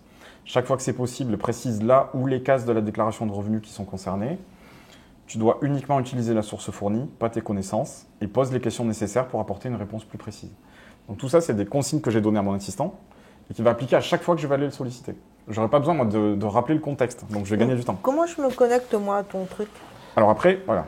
Si j'ai pas envie de m'enquiquiner à le faire ? Alors il faudra qu'il le partage. Voilà. Ah. En haut à droite, j'ai un bouton partager. Je peux le garder pour moi, générer un lien ou le publier. Le troisième cas, c'est ce que décrivait Fabrice. C'est ça que tu as fait avec ton TAC. Oui, voilà. Tout à fait. Mais si je veux le faire au sein de mon cabinet, je vais juste générer un lien que je vais envoyer par mail à mes collaborateurs et eux, ils vont pouvoir utiliser cet assistant. Et d'un coup, j'ai une pratique homogène en fait, de l'IA au sein du cabinet. Donc c'est un sacré outil de diffusion de l'IA au sein du cabinet quand même, c'est hyper important. Donc celui-là, il est prêt. Et donc en fait, si je pose une question à cet assistant, vous le voyez sur la gauche de l'écran, moi j'en ai créé plein, mais selon mes questions, soit je vais aller tout en haut poser une question à ChatGPT, le généraliste entraîné sur ses connaissances, ou je vais aller chercher l'assistant qui m'intéresse en fonction de mes besoins. Donc là, je vais aller chercher celui que j'ai créé, l'impôt sur les nuls, et je vais pouvoir lui poser une question. Et l'avantage, c'est que là, vu qu'on est sur de l'IA générative, je peux poser des questions en langage naturel, et je vais avoir une réponse qui va faire le lien entre la technique et le langage naturel. Ça veut dire quoi, langage naturel ? C'est-à-dire que je peux poser une question qui ne soit pas du droit fiscal. Je peux poser une question de fait, et lui va le traduire en foyer fiscal, quotient. Ah oui, ok. Voilà. Donc je vais dire par exemple, j'ai 3 enfants de 1, 6 et 9 ans. Que faut-il remplir sur la déclaration ? Après, le truc, c'est qu'il faut, je mettrai un bémol, c'est que si tu mets à disposition des clients, si tu dis, voilà, je loue un appartement, comment je dois le déclarer ? Toi, nous, on va raisonner, c'est quoi ? Il est loué nu, il est loué meublé, c'est un meublé toi aussi. Bien. Ouais. Et c'est ça la problématique. Ouais. Mais à mon copain, là, ChatGPT, je peux pas lui donner le lien du BOFIP aussi ? Je peux. Il ne pourra pas le lire. Alors, je parle sous ton Il ne sait pas lire ? Si, il sait lire. Le problème, c'est que les pages web du BOFIP est trop détaillées. Enfin, il y a trop de pages, si tu veux, sur le BOFIP. Donc, il ne va pas pouvoir, à l'heure actuelle, je ne parle pas des agents IA, on va faire simple, mais là, à l'heure actuelle, il faudrait lui donner la page exacte où est le contenu de ta question. Et ça, il n'est pas capable de le faire pour l'instant. En fait, on est d'accord qu'aujourd'hui, il existe des outils sur le marché avec des éditeurs qui l'ont fait, ce travail. Oui. Et qui proposent des outils. Ouais, on ne va pas citer de nom, mais les grands éditeurs de la profession juridique, du coup, qui l'ont fait. Ah oui. Alors, plus le GPT sera spécialisé, et meilleure sera la réponse. Si je veux un GPT qui fait tout le droit fiscal, je risque d'avoir des problèmes, c'est ce que tu dis. En fait, ça va être compliqué. La limitation, tu ne peux pas lui mettre tout le code de commerce, par exemple. On pourrait le faire, c'est public. La problématique, c'est tellement volumineux qu'en fait, ce qu'on appelle la fenêtre de contexte, il faut que je fasse simple, il ne va pas pouvoir gérer tout le contenu. Il y en aura trop. À l'heure actuelle, il y en aura trop. Non, mais c'est simple, en fait, il est limité. C'est de l'IA limitée, c'est tout. Ouais. C'est pas de l'IA générative, c'est de l'IA limitative. C'est savoir ce que tu vas en faire et quelle est la source de données que tu lui donnes. Alors, il y a une question. Je vais vous commenter déjà le résultat et après je vais prendre 2-3 questions qui sont tombées. Donc là, ce qu'il me fait, vous voyez, il me dit... merci Thomas, je remercie la réalisation parce qu'on n'arrête pas de passer de discussion à écran, donc je sais que c'est sportif. Ça chauffe. Merci beaucoup. Donc là, ce qu'il nous dit, règle applicable. Pour déclarer vos enfants mineurs à charge sur votre déclaration de revenus, vous devez indiquer leur nombre et leur situation, charge exclusive ou résidence alternée. Ils augmentent votre quotient familial, ce qui réduit vos impôts. Vous pouvez également bénéficier d'un crédit d'impôt pour frais de garde. Et donc, il va me dire, déclaration du nombre d'enfants à charge, c'est case F et G. L'impact sur le quotient familial, le voilà. Les frais de garde, case 7 GB, la réduction au crédit d'impôt pour scolarité. Il est allé regrouper, vous voyez, la magie de l'IA, c'est elle a compris les impacts de ce que j'ai dit, sans que moi j'ai parlé de crédit d'impôt, de foyer fiscal, de quotient. Et c'est à des endroits complètement différents de la brochure DGFiP et des 400 pages. Donc il est capable de comprendre les enjeux, d'aller chercher l'info et de me le regrouper. Il est capable de calculer l'impôt que j'ai à payer si je lui scanne une déclaration d'impôt sur le revenu. Toujours parler de la matière première que je vais lui envoyer. Moi, je ne serais pas... tu ne l'as pas vérifié, en bref.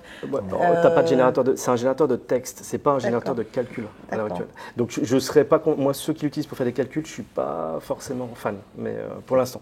Mais tu n'as pas fait le test? Je n'ai pas fait le test de lui donner une déclaration d'impôt et de lui demander de faire le calcul. Oui.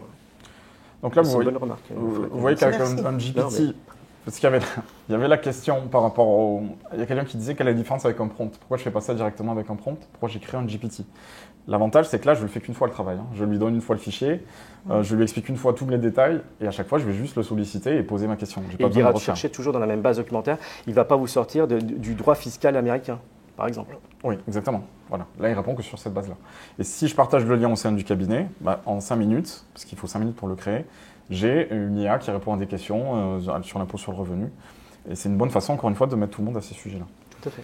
Donc les GPT, vraiment, après les possibilités sont illimitées, mais c'est une sacrée fonctionnalité pour industrialiser un petit peu l'usage de l'IA en cabinet.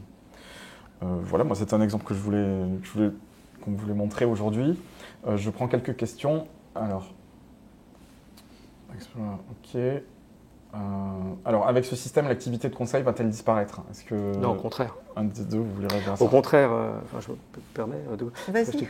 Je le vois, c'est les clients. Moi, je commence à avoir une génération de clients qui posent la question à ChatGPT et qui m'envoient un email en me disant qu'est-ce que j'en pense. Donc ça a le don de me gonfler, parce que chacun son rôle. Et je leur dis, à un moment, je ne suis pas payé, ma mission ne comprend pas la réponse à ChatGPT, quoi. Donc, au contraire, c'est que les clients vont avoir des questions beaucoup plus travaillées quand ils vont venir nous voir. Et en fait, l'IA, elle ne sait pas tout, ou elle risque de faire des erreurs. Donc, le but, c'est plutôt de les rassurer sur une question qu'aura apportée l'IA et éventuellement répondre à des cas où l'IA n'a pas accès à l'information. Par exemple, des rescrits ou des décisions de jurisprudence où l'IA n'a pas eu accès. Donc, c'est plutôt ça, à mon avis, au contraire, ça, on a de beaux jours devant nous. Je pense que cette question, c'était la même il y a 30 ans. Avec les débuts de Google et de tous les moteurs de recherche où on s'est dit, on tape dans un truc et il y a la réponse, et on l'a tous vu, que Google n'a jamais donné la réponse, et là on le voit bien, c'est limité. Alors c'est sûr que on aura face à nous des clients plus exigeants aujourd'hui, mais je pense que c'est la même histoire que les médecins, où on connaît tous ces anecdotes où le patient arrive, qu'il a déjà fait son diagnostic sur Google, il sait la maladie qu'il a. Il est mort. Oui, souvent il est mort. Et donc il y a un petit problème. Finalement, ce n'est pas tout à fait vrai. Et ça sera la même chose. Mais je pense que ces outils, pour nous, ils sont extraordinaires parce qu'on est vraiment des hommes et des femmes du chiffre. Et on n'a peut-être pas forcément l'appétence de la rédaction, l'appétence de rendre un rapport. Ce qu'on adore faire ou ce qu'on adorait faire, c'est le déj avec le client, le petit conseil comme ça, qu'on facturera jamais, parce qu'on ne prend pas le temps après de faire le résumé de ce qu'on a proposé lors de ce repas, d'être là de manière proactive pour proposer une nouvelle mission. Et grâce à des outils comme ça, ça va nous aider dans tout ce chemin des missions de conseil et d'accompagnement dont on parle depuis longtemps. Et ça va nous permettre à faciliter le comment.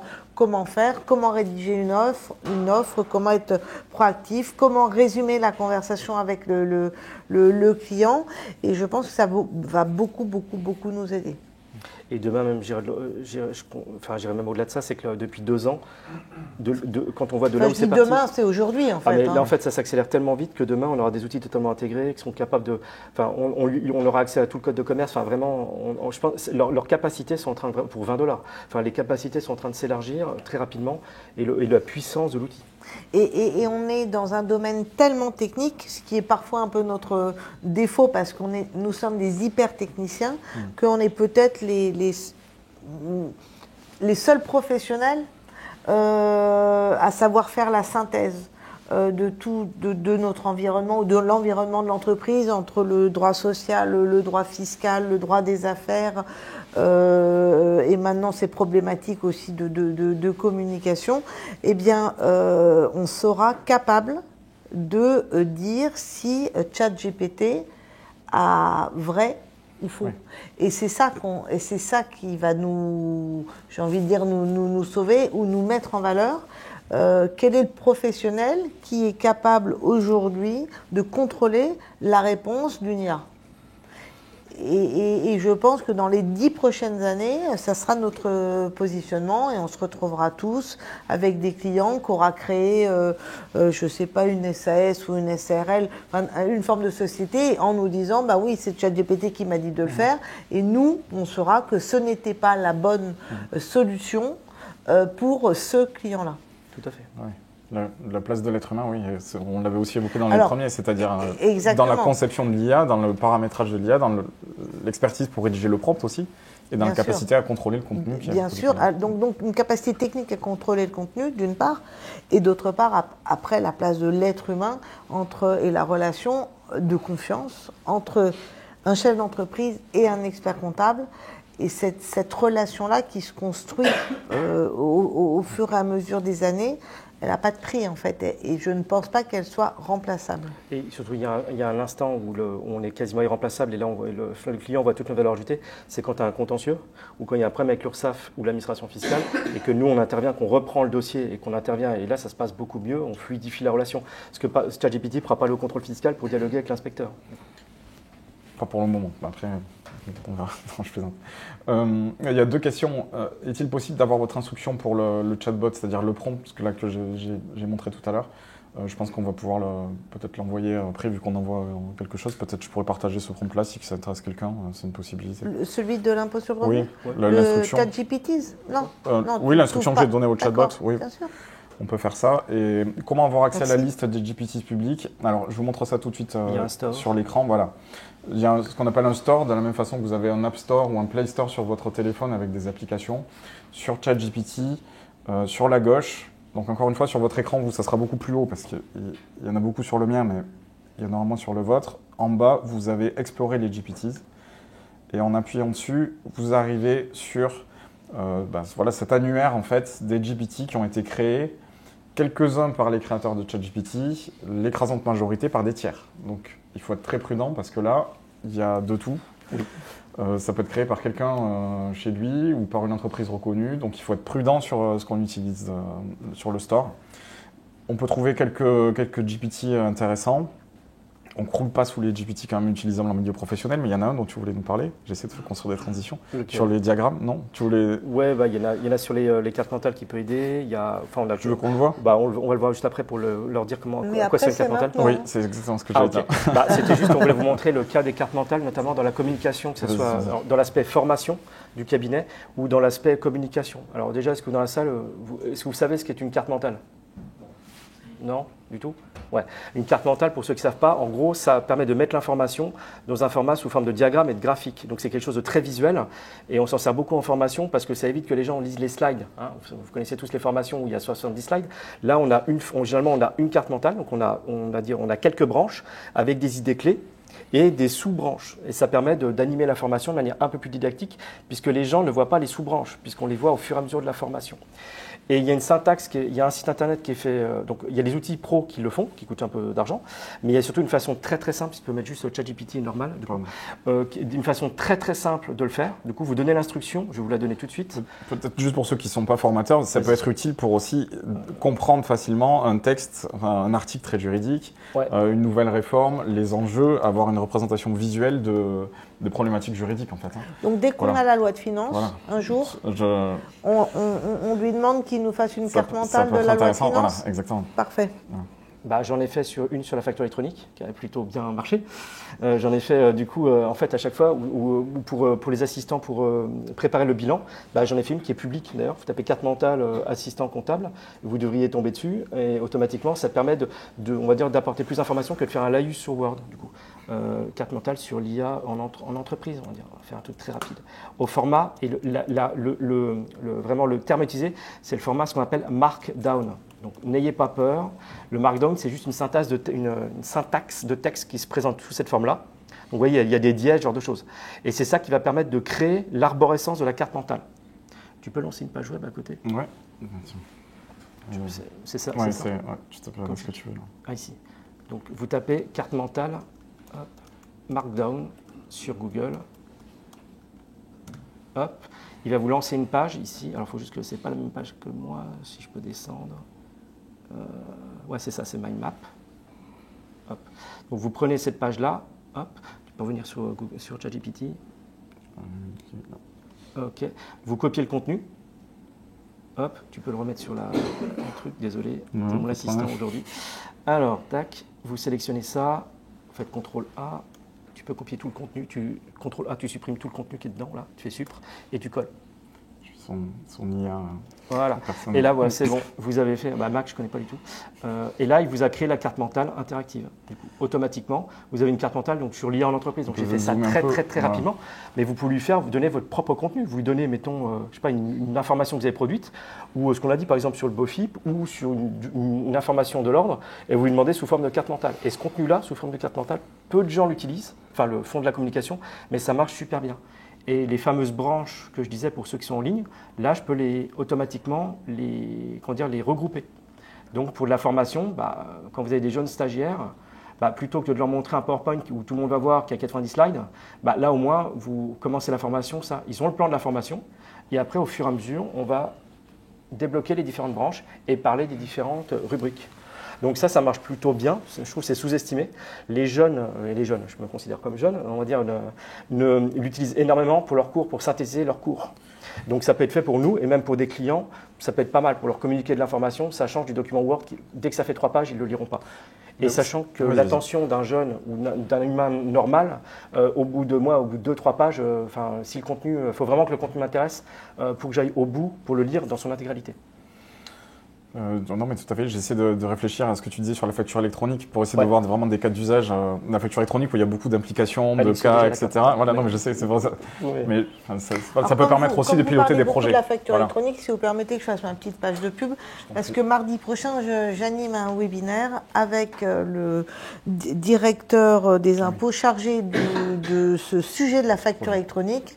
Donc vous pouvez être également très nombreux pour nous poser toutes les questions. Ça sera hyper interactif sur les nouveautés de la facture électronique. Vous savez qu'il y a eu quelques nouveautés en novembre et que l'administration fiscale est enfin prête à ouvrir ses connaissances. On ne l'a pas entendu l'année dernière pendant des mois et des mois sur la facture électronique parce que ils étaient en pleine réforme.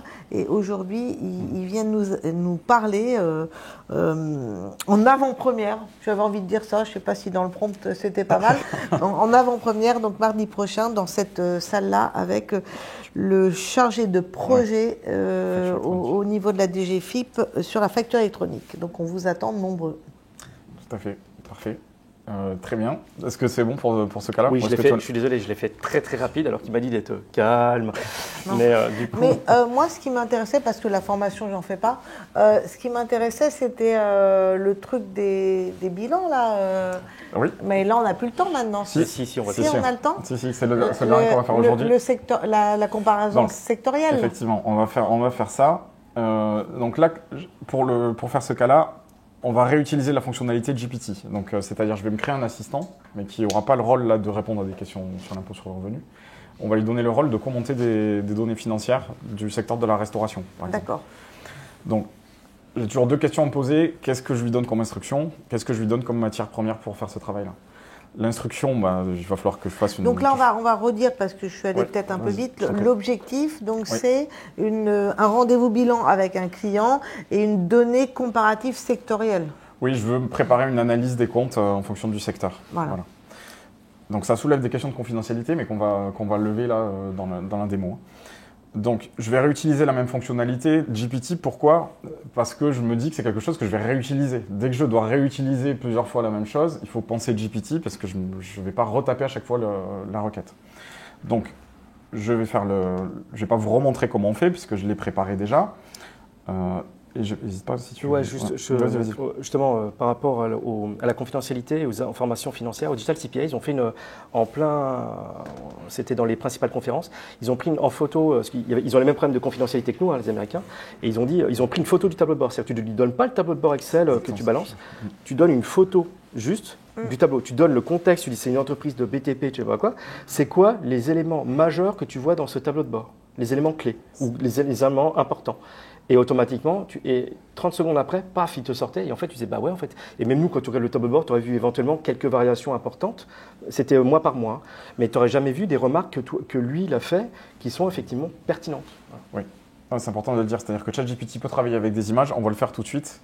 Il n'est pas obligé de travailler avec des fichiers sources. Donc, si j'ai une image d'un livrable, je peux faire une capture d'écran. Et on va voir que c'est important parce que ça me permet d'anonymiser facilement, en fait. Souvent, j'ai le nom du client qui est là-haut et les données chiffrées en dessous. Si je fais une capture d'écran sans prendre le nom du client, j'ai un document financier anonyme que je peux utiliser. C'est ce qu'on va faire là.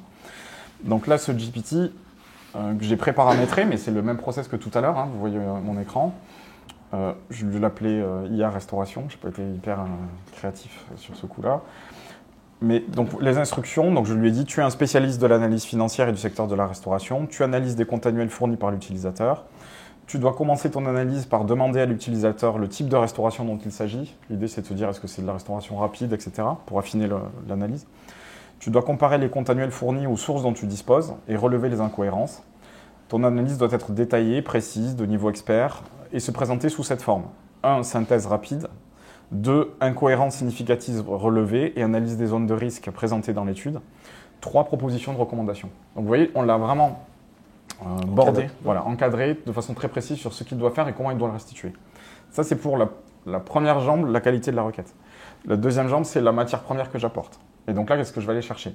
Là, ce que j'ai fait, c'est que j'ai désactivé ce dont tu parlais, c'est-à-dire l'utilisation des connaissances par l'IA.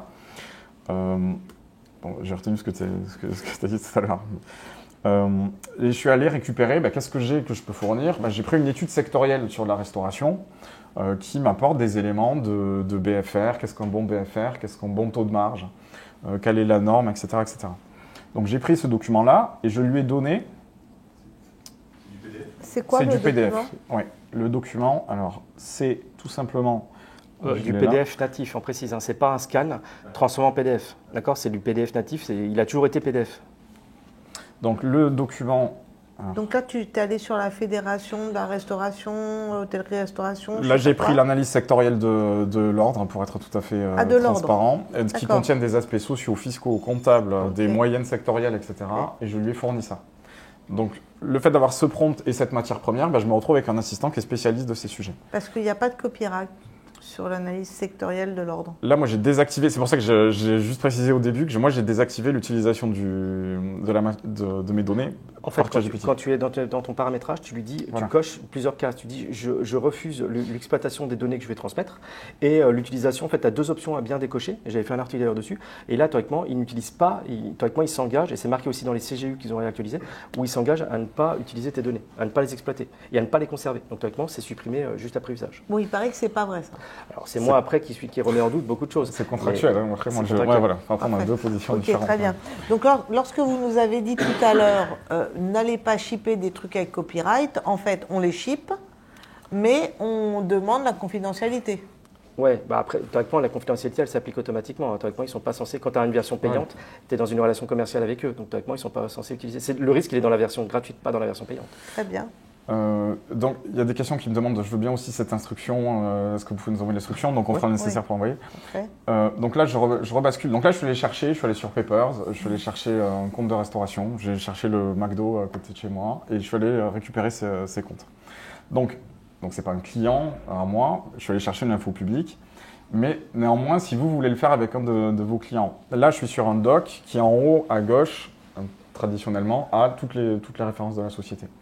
Donc, ce que je peux faire pour anonymiser assez simplement, c'est que je peux, par exemple, je me tourne vers toi, Virginie, je vais pouvoir, par exemple, faire une capture d'écran. Il y a différents outils qui le permettent.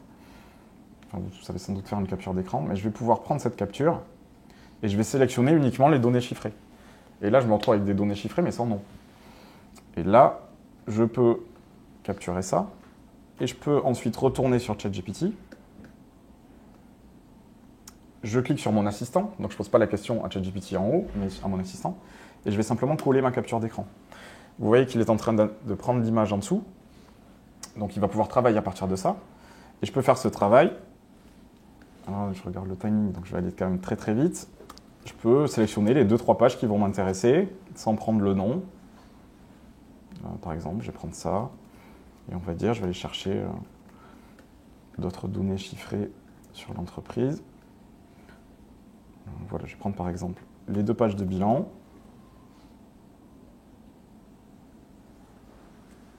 Et je vais de la même façon les coller ici. Donc tu as pris bilan actif-passif, compte de résultat. Ouais, compte de résultat. J'aurais préféré avoir des SIG, mais... ça, tu ne les trouveras pas sur Papers. Ouais, il y en a certains. Ouais, il y en a certains qui le Des fois, tu vois des liasses fiscales. Oui. Donc on leur explique que l'IAS fiscale n'est pas des comptes annuels, mais... Oui. Donc là, je suis revenu sur ChatGPT, j'ai collé mes 4 captures d'écran qui sont anonymes, mais il y a toute la matière nécessaire. Le chatbot, il est paramétré avec des instructions précises et une matière première qui lui donne le contexte. Donc là, j'ai même plus rien à taper en fait, puisqu'il sait ce qu'il doit faire et comment il doit le faire. Donc j'appuie sur Entrée. Vous voyez qu'il prend un peu de temps parce qu'il est en train d'analyser à la fois l'analyse dont il dispose et les documents que je viens de lui fournir. Voilà. Il nous fait l'analyse. Donc il me dit, voilà ce que je vais faire, il me recite les 3 points que je lui ai donnés. Est-ce que c'est OK pour vous? Est-ce qu'on peut commencer là-dessus? Je vais lui dire, tu peux tout rédiger. Tu peux rédiger. C'est une entreprise de restauration rapide. Il ne réagit pas toujours comme ça, d'habitude il le faisait, mais bon, ça montre aussi le côté un peu... Il y a une part d'aléatoire, c'est-à-dire que souvent il le rédige direct, là il m'a posé une question intermédiaire, ça peut arriver. Il y a juste un petit pic que je voudrais faire, c'est quand tu vois ça, maintenant en 2 ans, ce qu'ils ont été capables de faire, que nos éditeurs de logiciels, depuis 20 ans... Non, mais c'est exactement ce que j'allais dire. Alors je n'allais pas le présenter comme ça parce que moi je ne peux pas. Oui, moi je peux maintenant. Mais est-ce que ça veut dire que dans 1 an, 2 ans, 3 ans, ça sera intégré dans nos outils de production? Parce que c'est surprenant que nous ne l'ayons pas déjà. Ça pose 2 questions. Ça pose la question du coût de développement de ce genre de produit. Cela, ChatGPT, ça a coûté des milliards. Donc déjà, il n'y a aucun éditeur français qui est en mesure de pouvoir payer des milliards pour développer. Alors après, on pourrait très bien se baser sur leur technologie pour adapter nos outils franco-français et servir. C'est notamment faire de la compta automatisée, en gros qu'on n'ait quasiment plus rien à faire, que le bilan soit produit en automatique. On en était loin pour différentes raisons, c'est qu'on n'intéresse personne parce qu'on a un micro-marché. Quand tu prends la compta française dans le monde, c'est rien. Quand tu prends la compta gérée par les experts comptables, on réduit le cœur, et de la compta où on a des clients qui seront à mesure, où on aura la matière première pour le faire efficacement. C'est-à-dire que tu enlèves tous les LMNP, quoi. Donc on va dire que c'est relativement limité. Donc moi je suis le premier, parce qu'on a un problème de recrutement, enfin c'est pas à toi que je vais apprendre ça, on a des problèmes de recrutement de collaborateurs. Donc demain, si on a des outils comme ça qui permettent de faire une partie du boulot et de faire les analyses et de relancer les clients, c'est-à-dire qu'on n'a pas besoin de lancer une requête, c'est automatiquement, il voit qu'il y a une déclaration de TVA à faire, on est le 5 du mois, le client il n'a pas envoyé le relevé bancaire, on ne parle pas d'une capture d'écran, c'est qu'il a vérifié que c'était le bon relevé bancaire, que les achats c'est bien des bonnes factures au nom du client, que c'est pas la photo de son chien, qu'on a bien tous les éléments qui vont bien. Je serais le premier à l'acheter, parce qu'après il y a aussi la question du prix, c'est combien, et ça c'est la question des confrères, c'est quel prix vous seriez à payer pour ce genre d'outil si ça fonctionnait bien. Et je pense qu'on a tous la même réaction, on dit tant que ça ne me coûte pas le prix d'un collaborateur, ou que c'est équivalent, mais que l'outil fonctionne H24, 7 jours sur 7, sans arrêt maladie, sans quoi que ce soit, j'ai envie de dire, il y a peut-être. Mais pour l'instant, les éditeurs, je vais être honnête, on va dire, gagnent bien leur vie, donc pourquoi changer? Donc demain, s'ils étaient mis un petit peu plus en danger et qu'on avait un genre d'IA vraiment performante, je pense qu'ils bougeraient, qu'on aurait des outils beaucoup plus performants, beaucoup plus rapidement. Voilà. Merci Fabrice. Après, pour l'aspect purement commentaire... Il y a une question au fond. Non, il vous faut le micro, parce que sinon on ne vous entend pas sur le live. Voilà. Si on prend le problème à l'envers et que le client a le même outil que toi, on n'aura plus besoin d'envoyer la relance. Puisque lui tout seul, il sera faire la différence entre la photo de son chien et la facture, et on aura tout ce qu'il faut dans les temps. C'est ça, c'était juste pour une blague. Parce que si tout le monde s'y met à l'IA, plus personne ne sera en retard. On va tous commencer à bosser sérieusement. Il n'y a pas de raison qu'il n'y ait que nous, qui est l'IA finalement. Bien sûr. Voilà, il y aura nos clients qui l'auront, et puis même l'administration fiscale aussi. Peut-être. On va s'amuser. Il y a une norme qui s'appelle le DIFEC, l'alias que vous envoyez qui s'appelle le DITDFC. Demain, le DIFEC, elle existe. L'administration et l'alias fiscal, c'est quoi? C'est des écritures comptables avec des retraitements fiscaux. Ça peut se mettre dans un FEC. Il y a un très bon bouquin qui a été fait il y a plusieurs années. Demain, ils vont demander les factures électroniques, ils les auront dans 2 ans. Ils ont mis 2 ans pour faire Micheli. Je crois qu'ils sont capables de faire. Moi, je veux bien. On va aller sur Mars aussi, à ce qui paraît. Je me méfie des velléités de l'administration fiscale quand il suffit de parler d'argent. En principe, c'est moteur. Alors, c'est moteur, quoi qu'il en soit. C'est pour des raisons financières et de technologie qu'ils ont supprimé la plateforme publique de facturation, la PPF. Donc, il y a la théorie qui est que l'administration fiscale a les moyens, et il y a la pratique où, au mois de novembre, ils nous ont annoncé ça. Donc, je vais rien dire, je sais pas, parce que sinon ça. Non, voilà. Puis après, on va déborder, on va se faire gronder. Voilà. Non, juste là, vous parliez tous les deux de compta automatisé, révision, etc. Les éditeurs. Juste sur l'aspect commentaire, là, c'est-à-dire ce que j'ai fait sur l'écran. Thomas, tu peux juste me remettre l'écran. C'est-à-dire que générer à partir de solde intermédiaire ou de bilan un commentaire de ce niveau-là, il y a des éditeurs qui le proposent déjà de façon opérationnelle dans leurs outils. Ça existe. Donc, voilà. On n'est pas sur de la compta automatisée ou de la révision. Donc, je ne vais pas citer de nom, mais il y a des discussions dans le chat. Mais il y a certains éditeurs qui sont là-dessus et ils sont à peu près tous sur ce sujet. Mais il y a déjà des choses opérationnelles où vous avez votre SIG sur votre logiciel de production. Vous appuyez sur un bouton et ça vous sort un premier niveau de commentaire qui ressemble à ça. Donc, il y a des choses qui sont opérationnelles. Okay. Donc là, ce que je voulais, il nous reste 3 minutes, je ne vais pas pouvoir vous le détailler, mais vous voyez qu'on a quelque chose qui est assez pertinent. Enfin, je prends les charges sociales, ça représente 4,3% de chiffre d'affaires, bien en dessous de la moyenne sectorielle. Ça fait des recommandations sur les négociations fournisseurs, etc., etc. Donc, on a quelque chose qui est beaucoup plus qualitatif que ce que j'aurais eu en interrogeant ChatGPT directement, parce que je l'ai alimenté avec de la matière première. Donc c'est un autre cas qui montre une autre possibilité de GPT. Oui. On peut déborder. Ok, d'accord. On a 1 heure. On a 1h30 de plus. Ouais, merci Frédéric. Non, mais alors, donc voilà où on en était. Je regarde juste, je fais un petit peu le tour des questions. Donc là, c'est parti en débat sur les produits et les outils. Voilà, merci.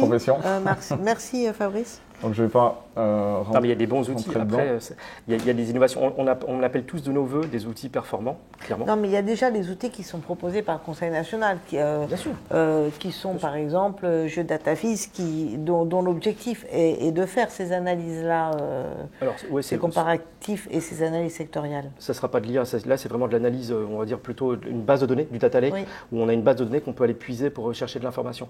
L'IA, c'est autre chose, mais je suis comme toi. Moi, je rêverais demain il paramètre automatiquement le dossier. Par rapport à tous mes autres dossiers de tous mes autres confrères, il sait qu'un boulanger, avec le code APE, une telle facture métro, ça se comptabilise de telle façon, il a la facture électronique, donc il a le détail.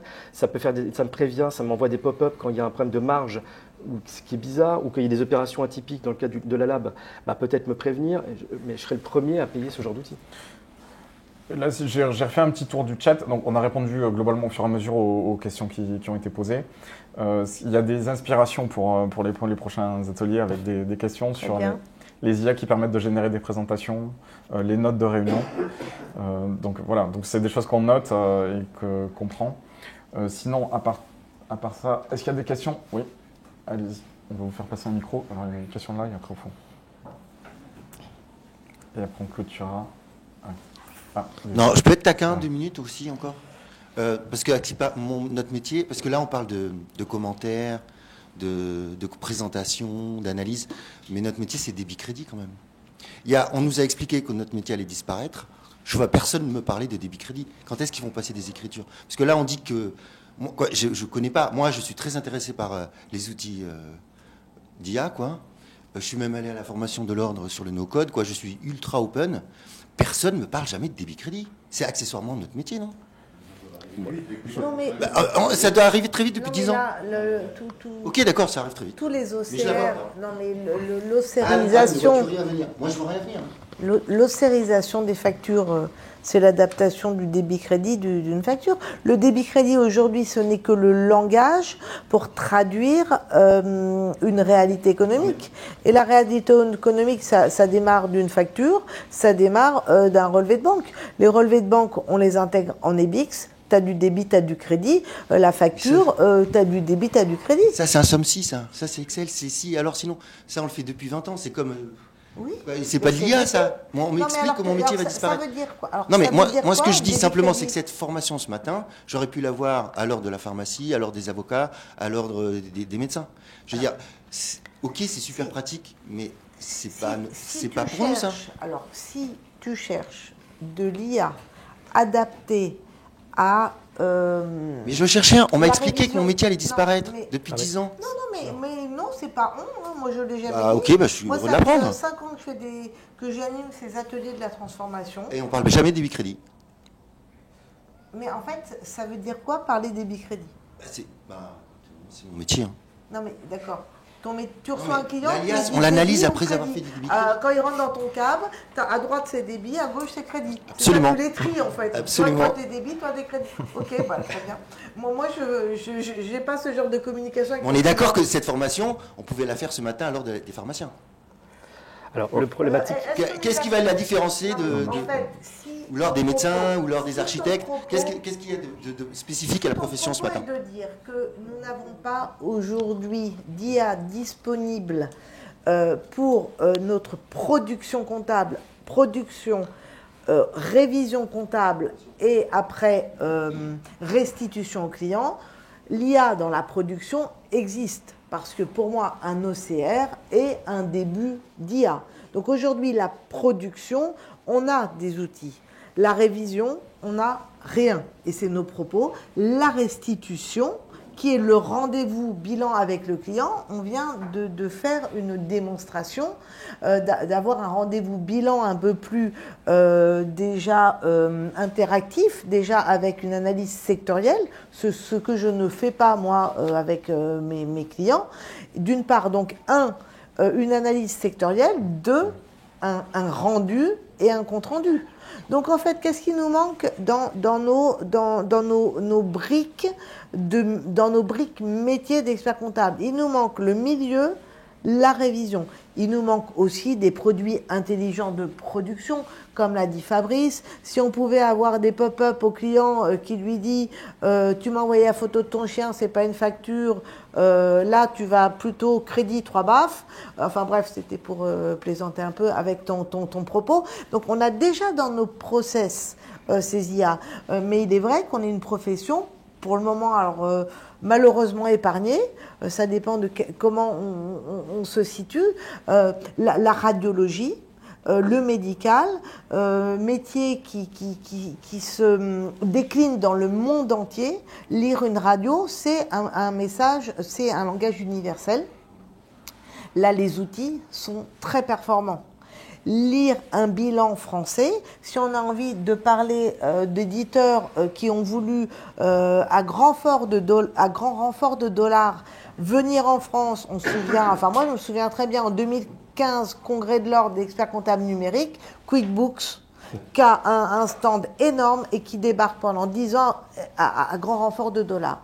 Ils sont repartis. Pourquoi? Parce que notre système comptable, qui est tellement imbriqué avec notre système fiscal, tu as vu la réponse de nos animateurs quand je leur dis on va lui mettre le beau FIP au gars et puis comme ça il me sort les réponses. Ah bah non, là c'est beaucoup trop compliqué. En fait ça s'appelle la France. C'est peut-être pas pour rien qu'on est un des rares pays au monde à avoir une prérogative d'exercice. Et notre prérogative d'exercice n'est pas et le résultat de notre imbrication comptable et fiscale. Notre ministère de tutelle, ce n'est pas le ministre de la comptabilité, ça n'existe pas. C'est la DGFiP. Donc, cette complexité fiscale fait que nous avons cette prérogative, nous, les experts comptables. Je ne sais plus pourquoi je te dis ça, mais donc cette IA, oui, elle est compliquée à mettre dans notre process comptable qui est très marqué avec la fiscalité. Et voilà. il y a des étapes, c'est que là on a fait quelque chose de simple, mais si tu veux je peux te parler des API, comment est-ce que j'ai fait en développement, et là je perds 99,9% des gens qui sont là. Le but c'était de faire, on fait des étapes. Donc, on s'est croisés il n'y a pas si longtemps, mardi dernier. Voilà. Donc, ces réunions, moi qui suis très curieux sur l'IA, j'ai pourquoi c'est pour ça. Là, mais parce qu'en fait, tu es trop fort, c'est tu. Ouais, mais ça concerne 0,1%, sans vouloir. Alors, c'est pas le but. Non, alors, juste, je voulais dire qu'il y a un séminaire spécial IA à Supex de 5 jours, je crois, qui va bientôt redémarrer. Donc, je te conseille d'y aller. Et il est sûr qu'en 1h30, c'est très compliqué de rentrer dans le détail, alors qu'en 5 jours à Supexpertise, l'école de la profession, tu seras peut-être plus content. Enfin, je l'ai fait en 10 jours à la CNCC sur le séminaire IA qui était à l'époque. C'était avec des cadors, des physiciens, quoi. Ils te balancent des maths. Donc là, tu vois, là ça t'éloigne du débit crédit parce qu'ils te parlent chinois et pendant une journée. Donc, et ça dure sur plusieurs jours. Après, à programmer en Python. Donc tu peux faire ce genre de choses. Mais tu as beaucoup de confrères, c'est pas accessible. Enfin, moi, alors, ce que je fais. Pour beaucoup de débit crédit, c'est aussi du chinois. Pour beaucoup, mais pas chez les experts comptables. On va clôturer. On a déjà débordé. Je pense qu'on peut clôturer. Après, ça n'empêche pas de poursuivre la discussion ici pour ceux qui sont là. Sur le chat, ça a généré aussi un débat. Donc, je vous remercie. Merci beaucoup à tous les deux. Merci beaucoup aux personnes qui étaient présentes, soit sur place aujourd'hui ou sur le chat. Donc, beaucoup de monde, beaucoup de questions et d'échanges.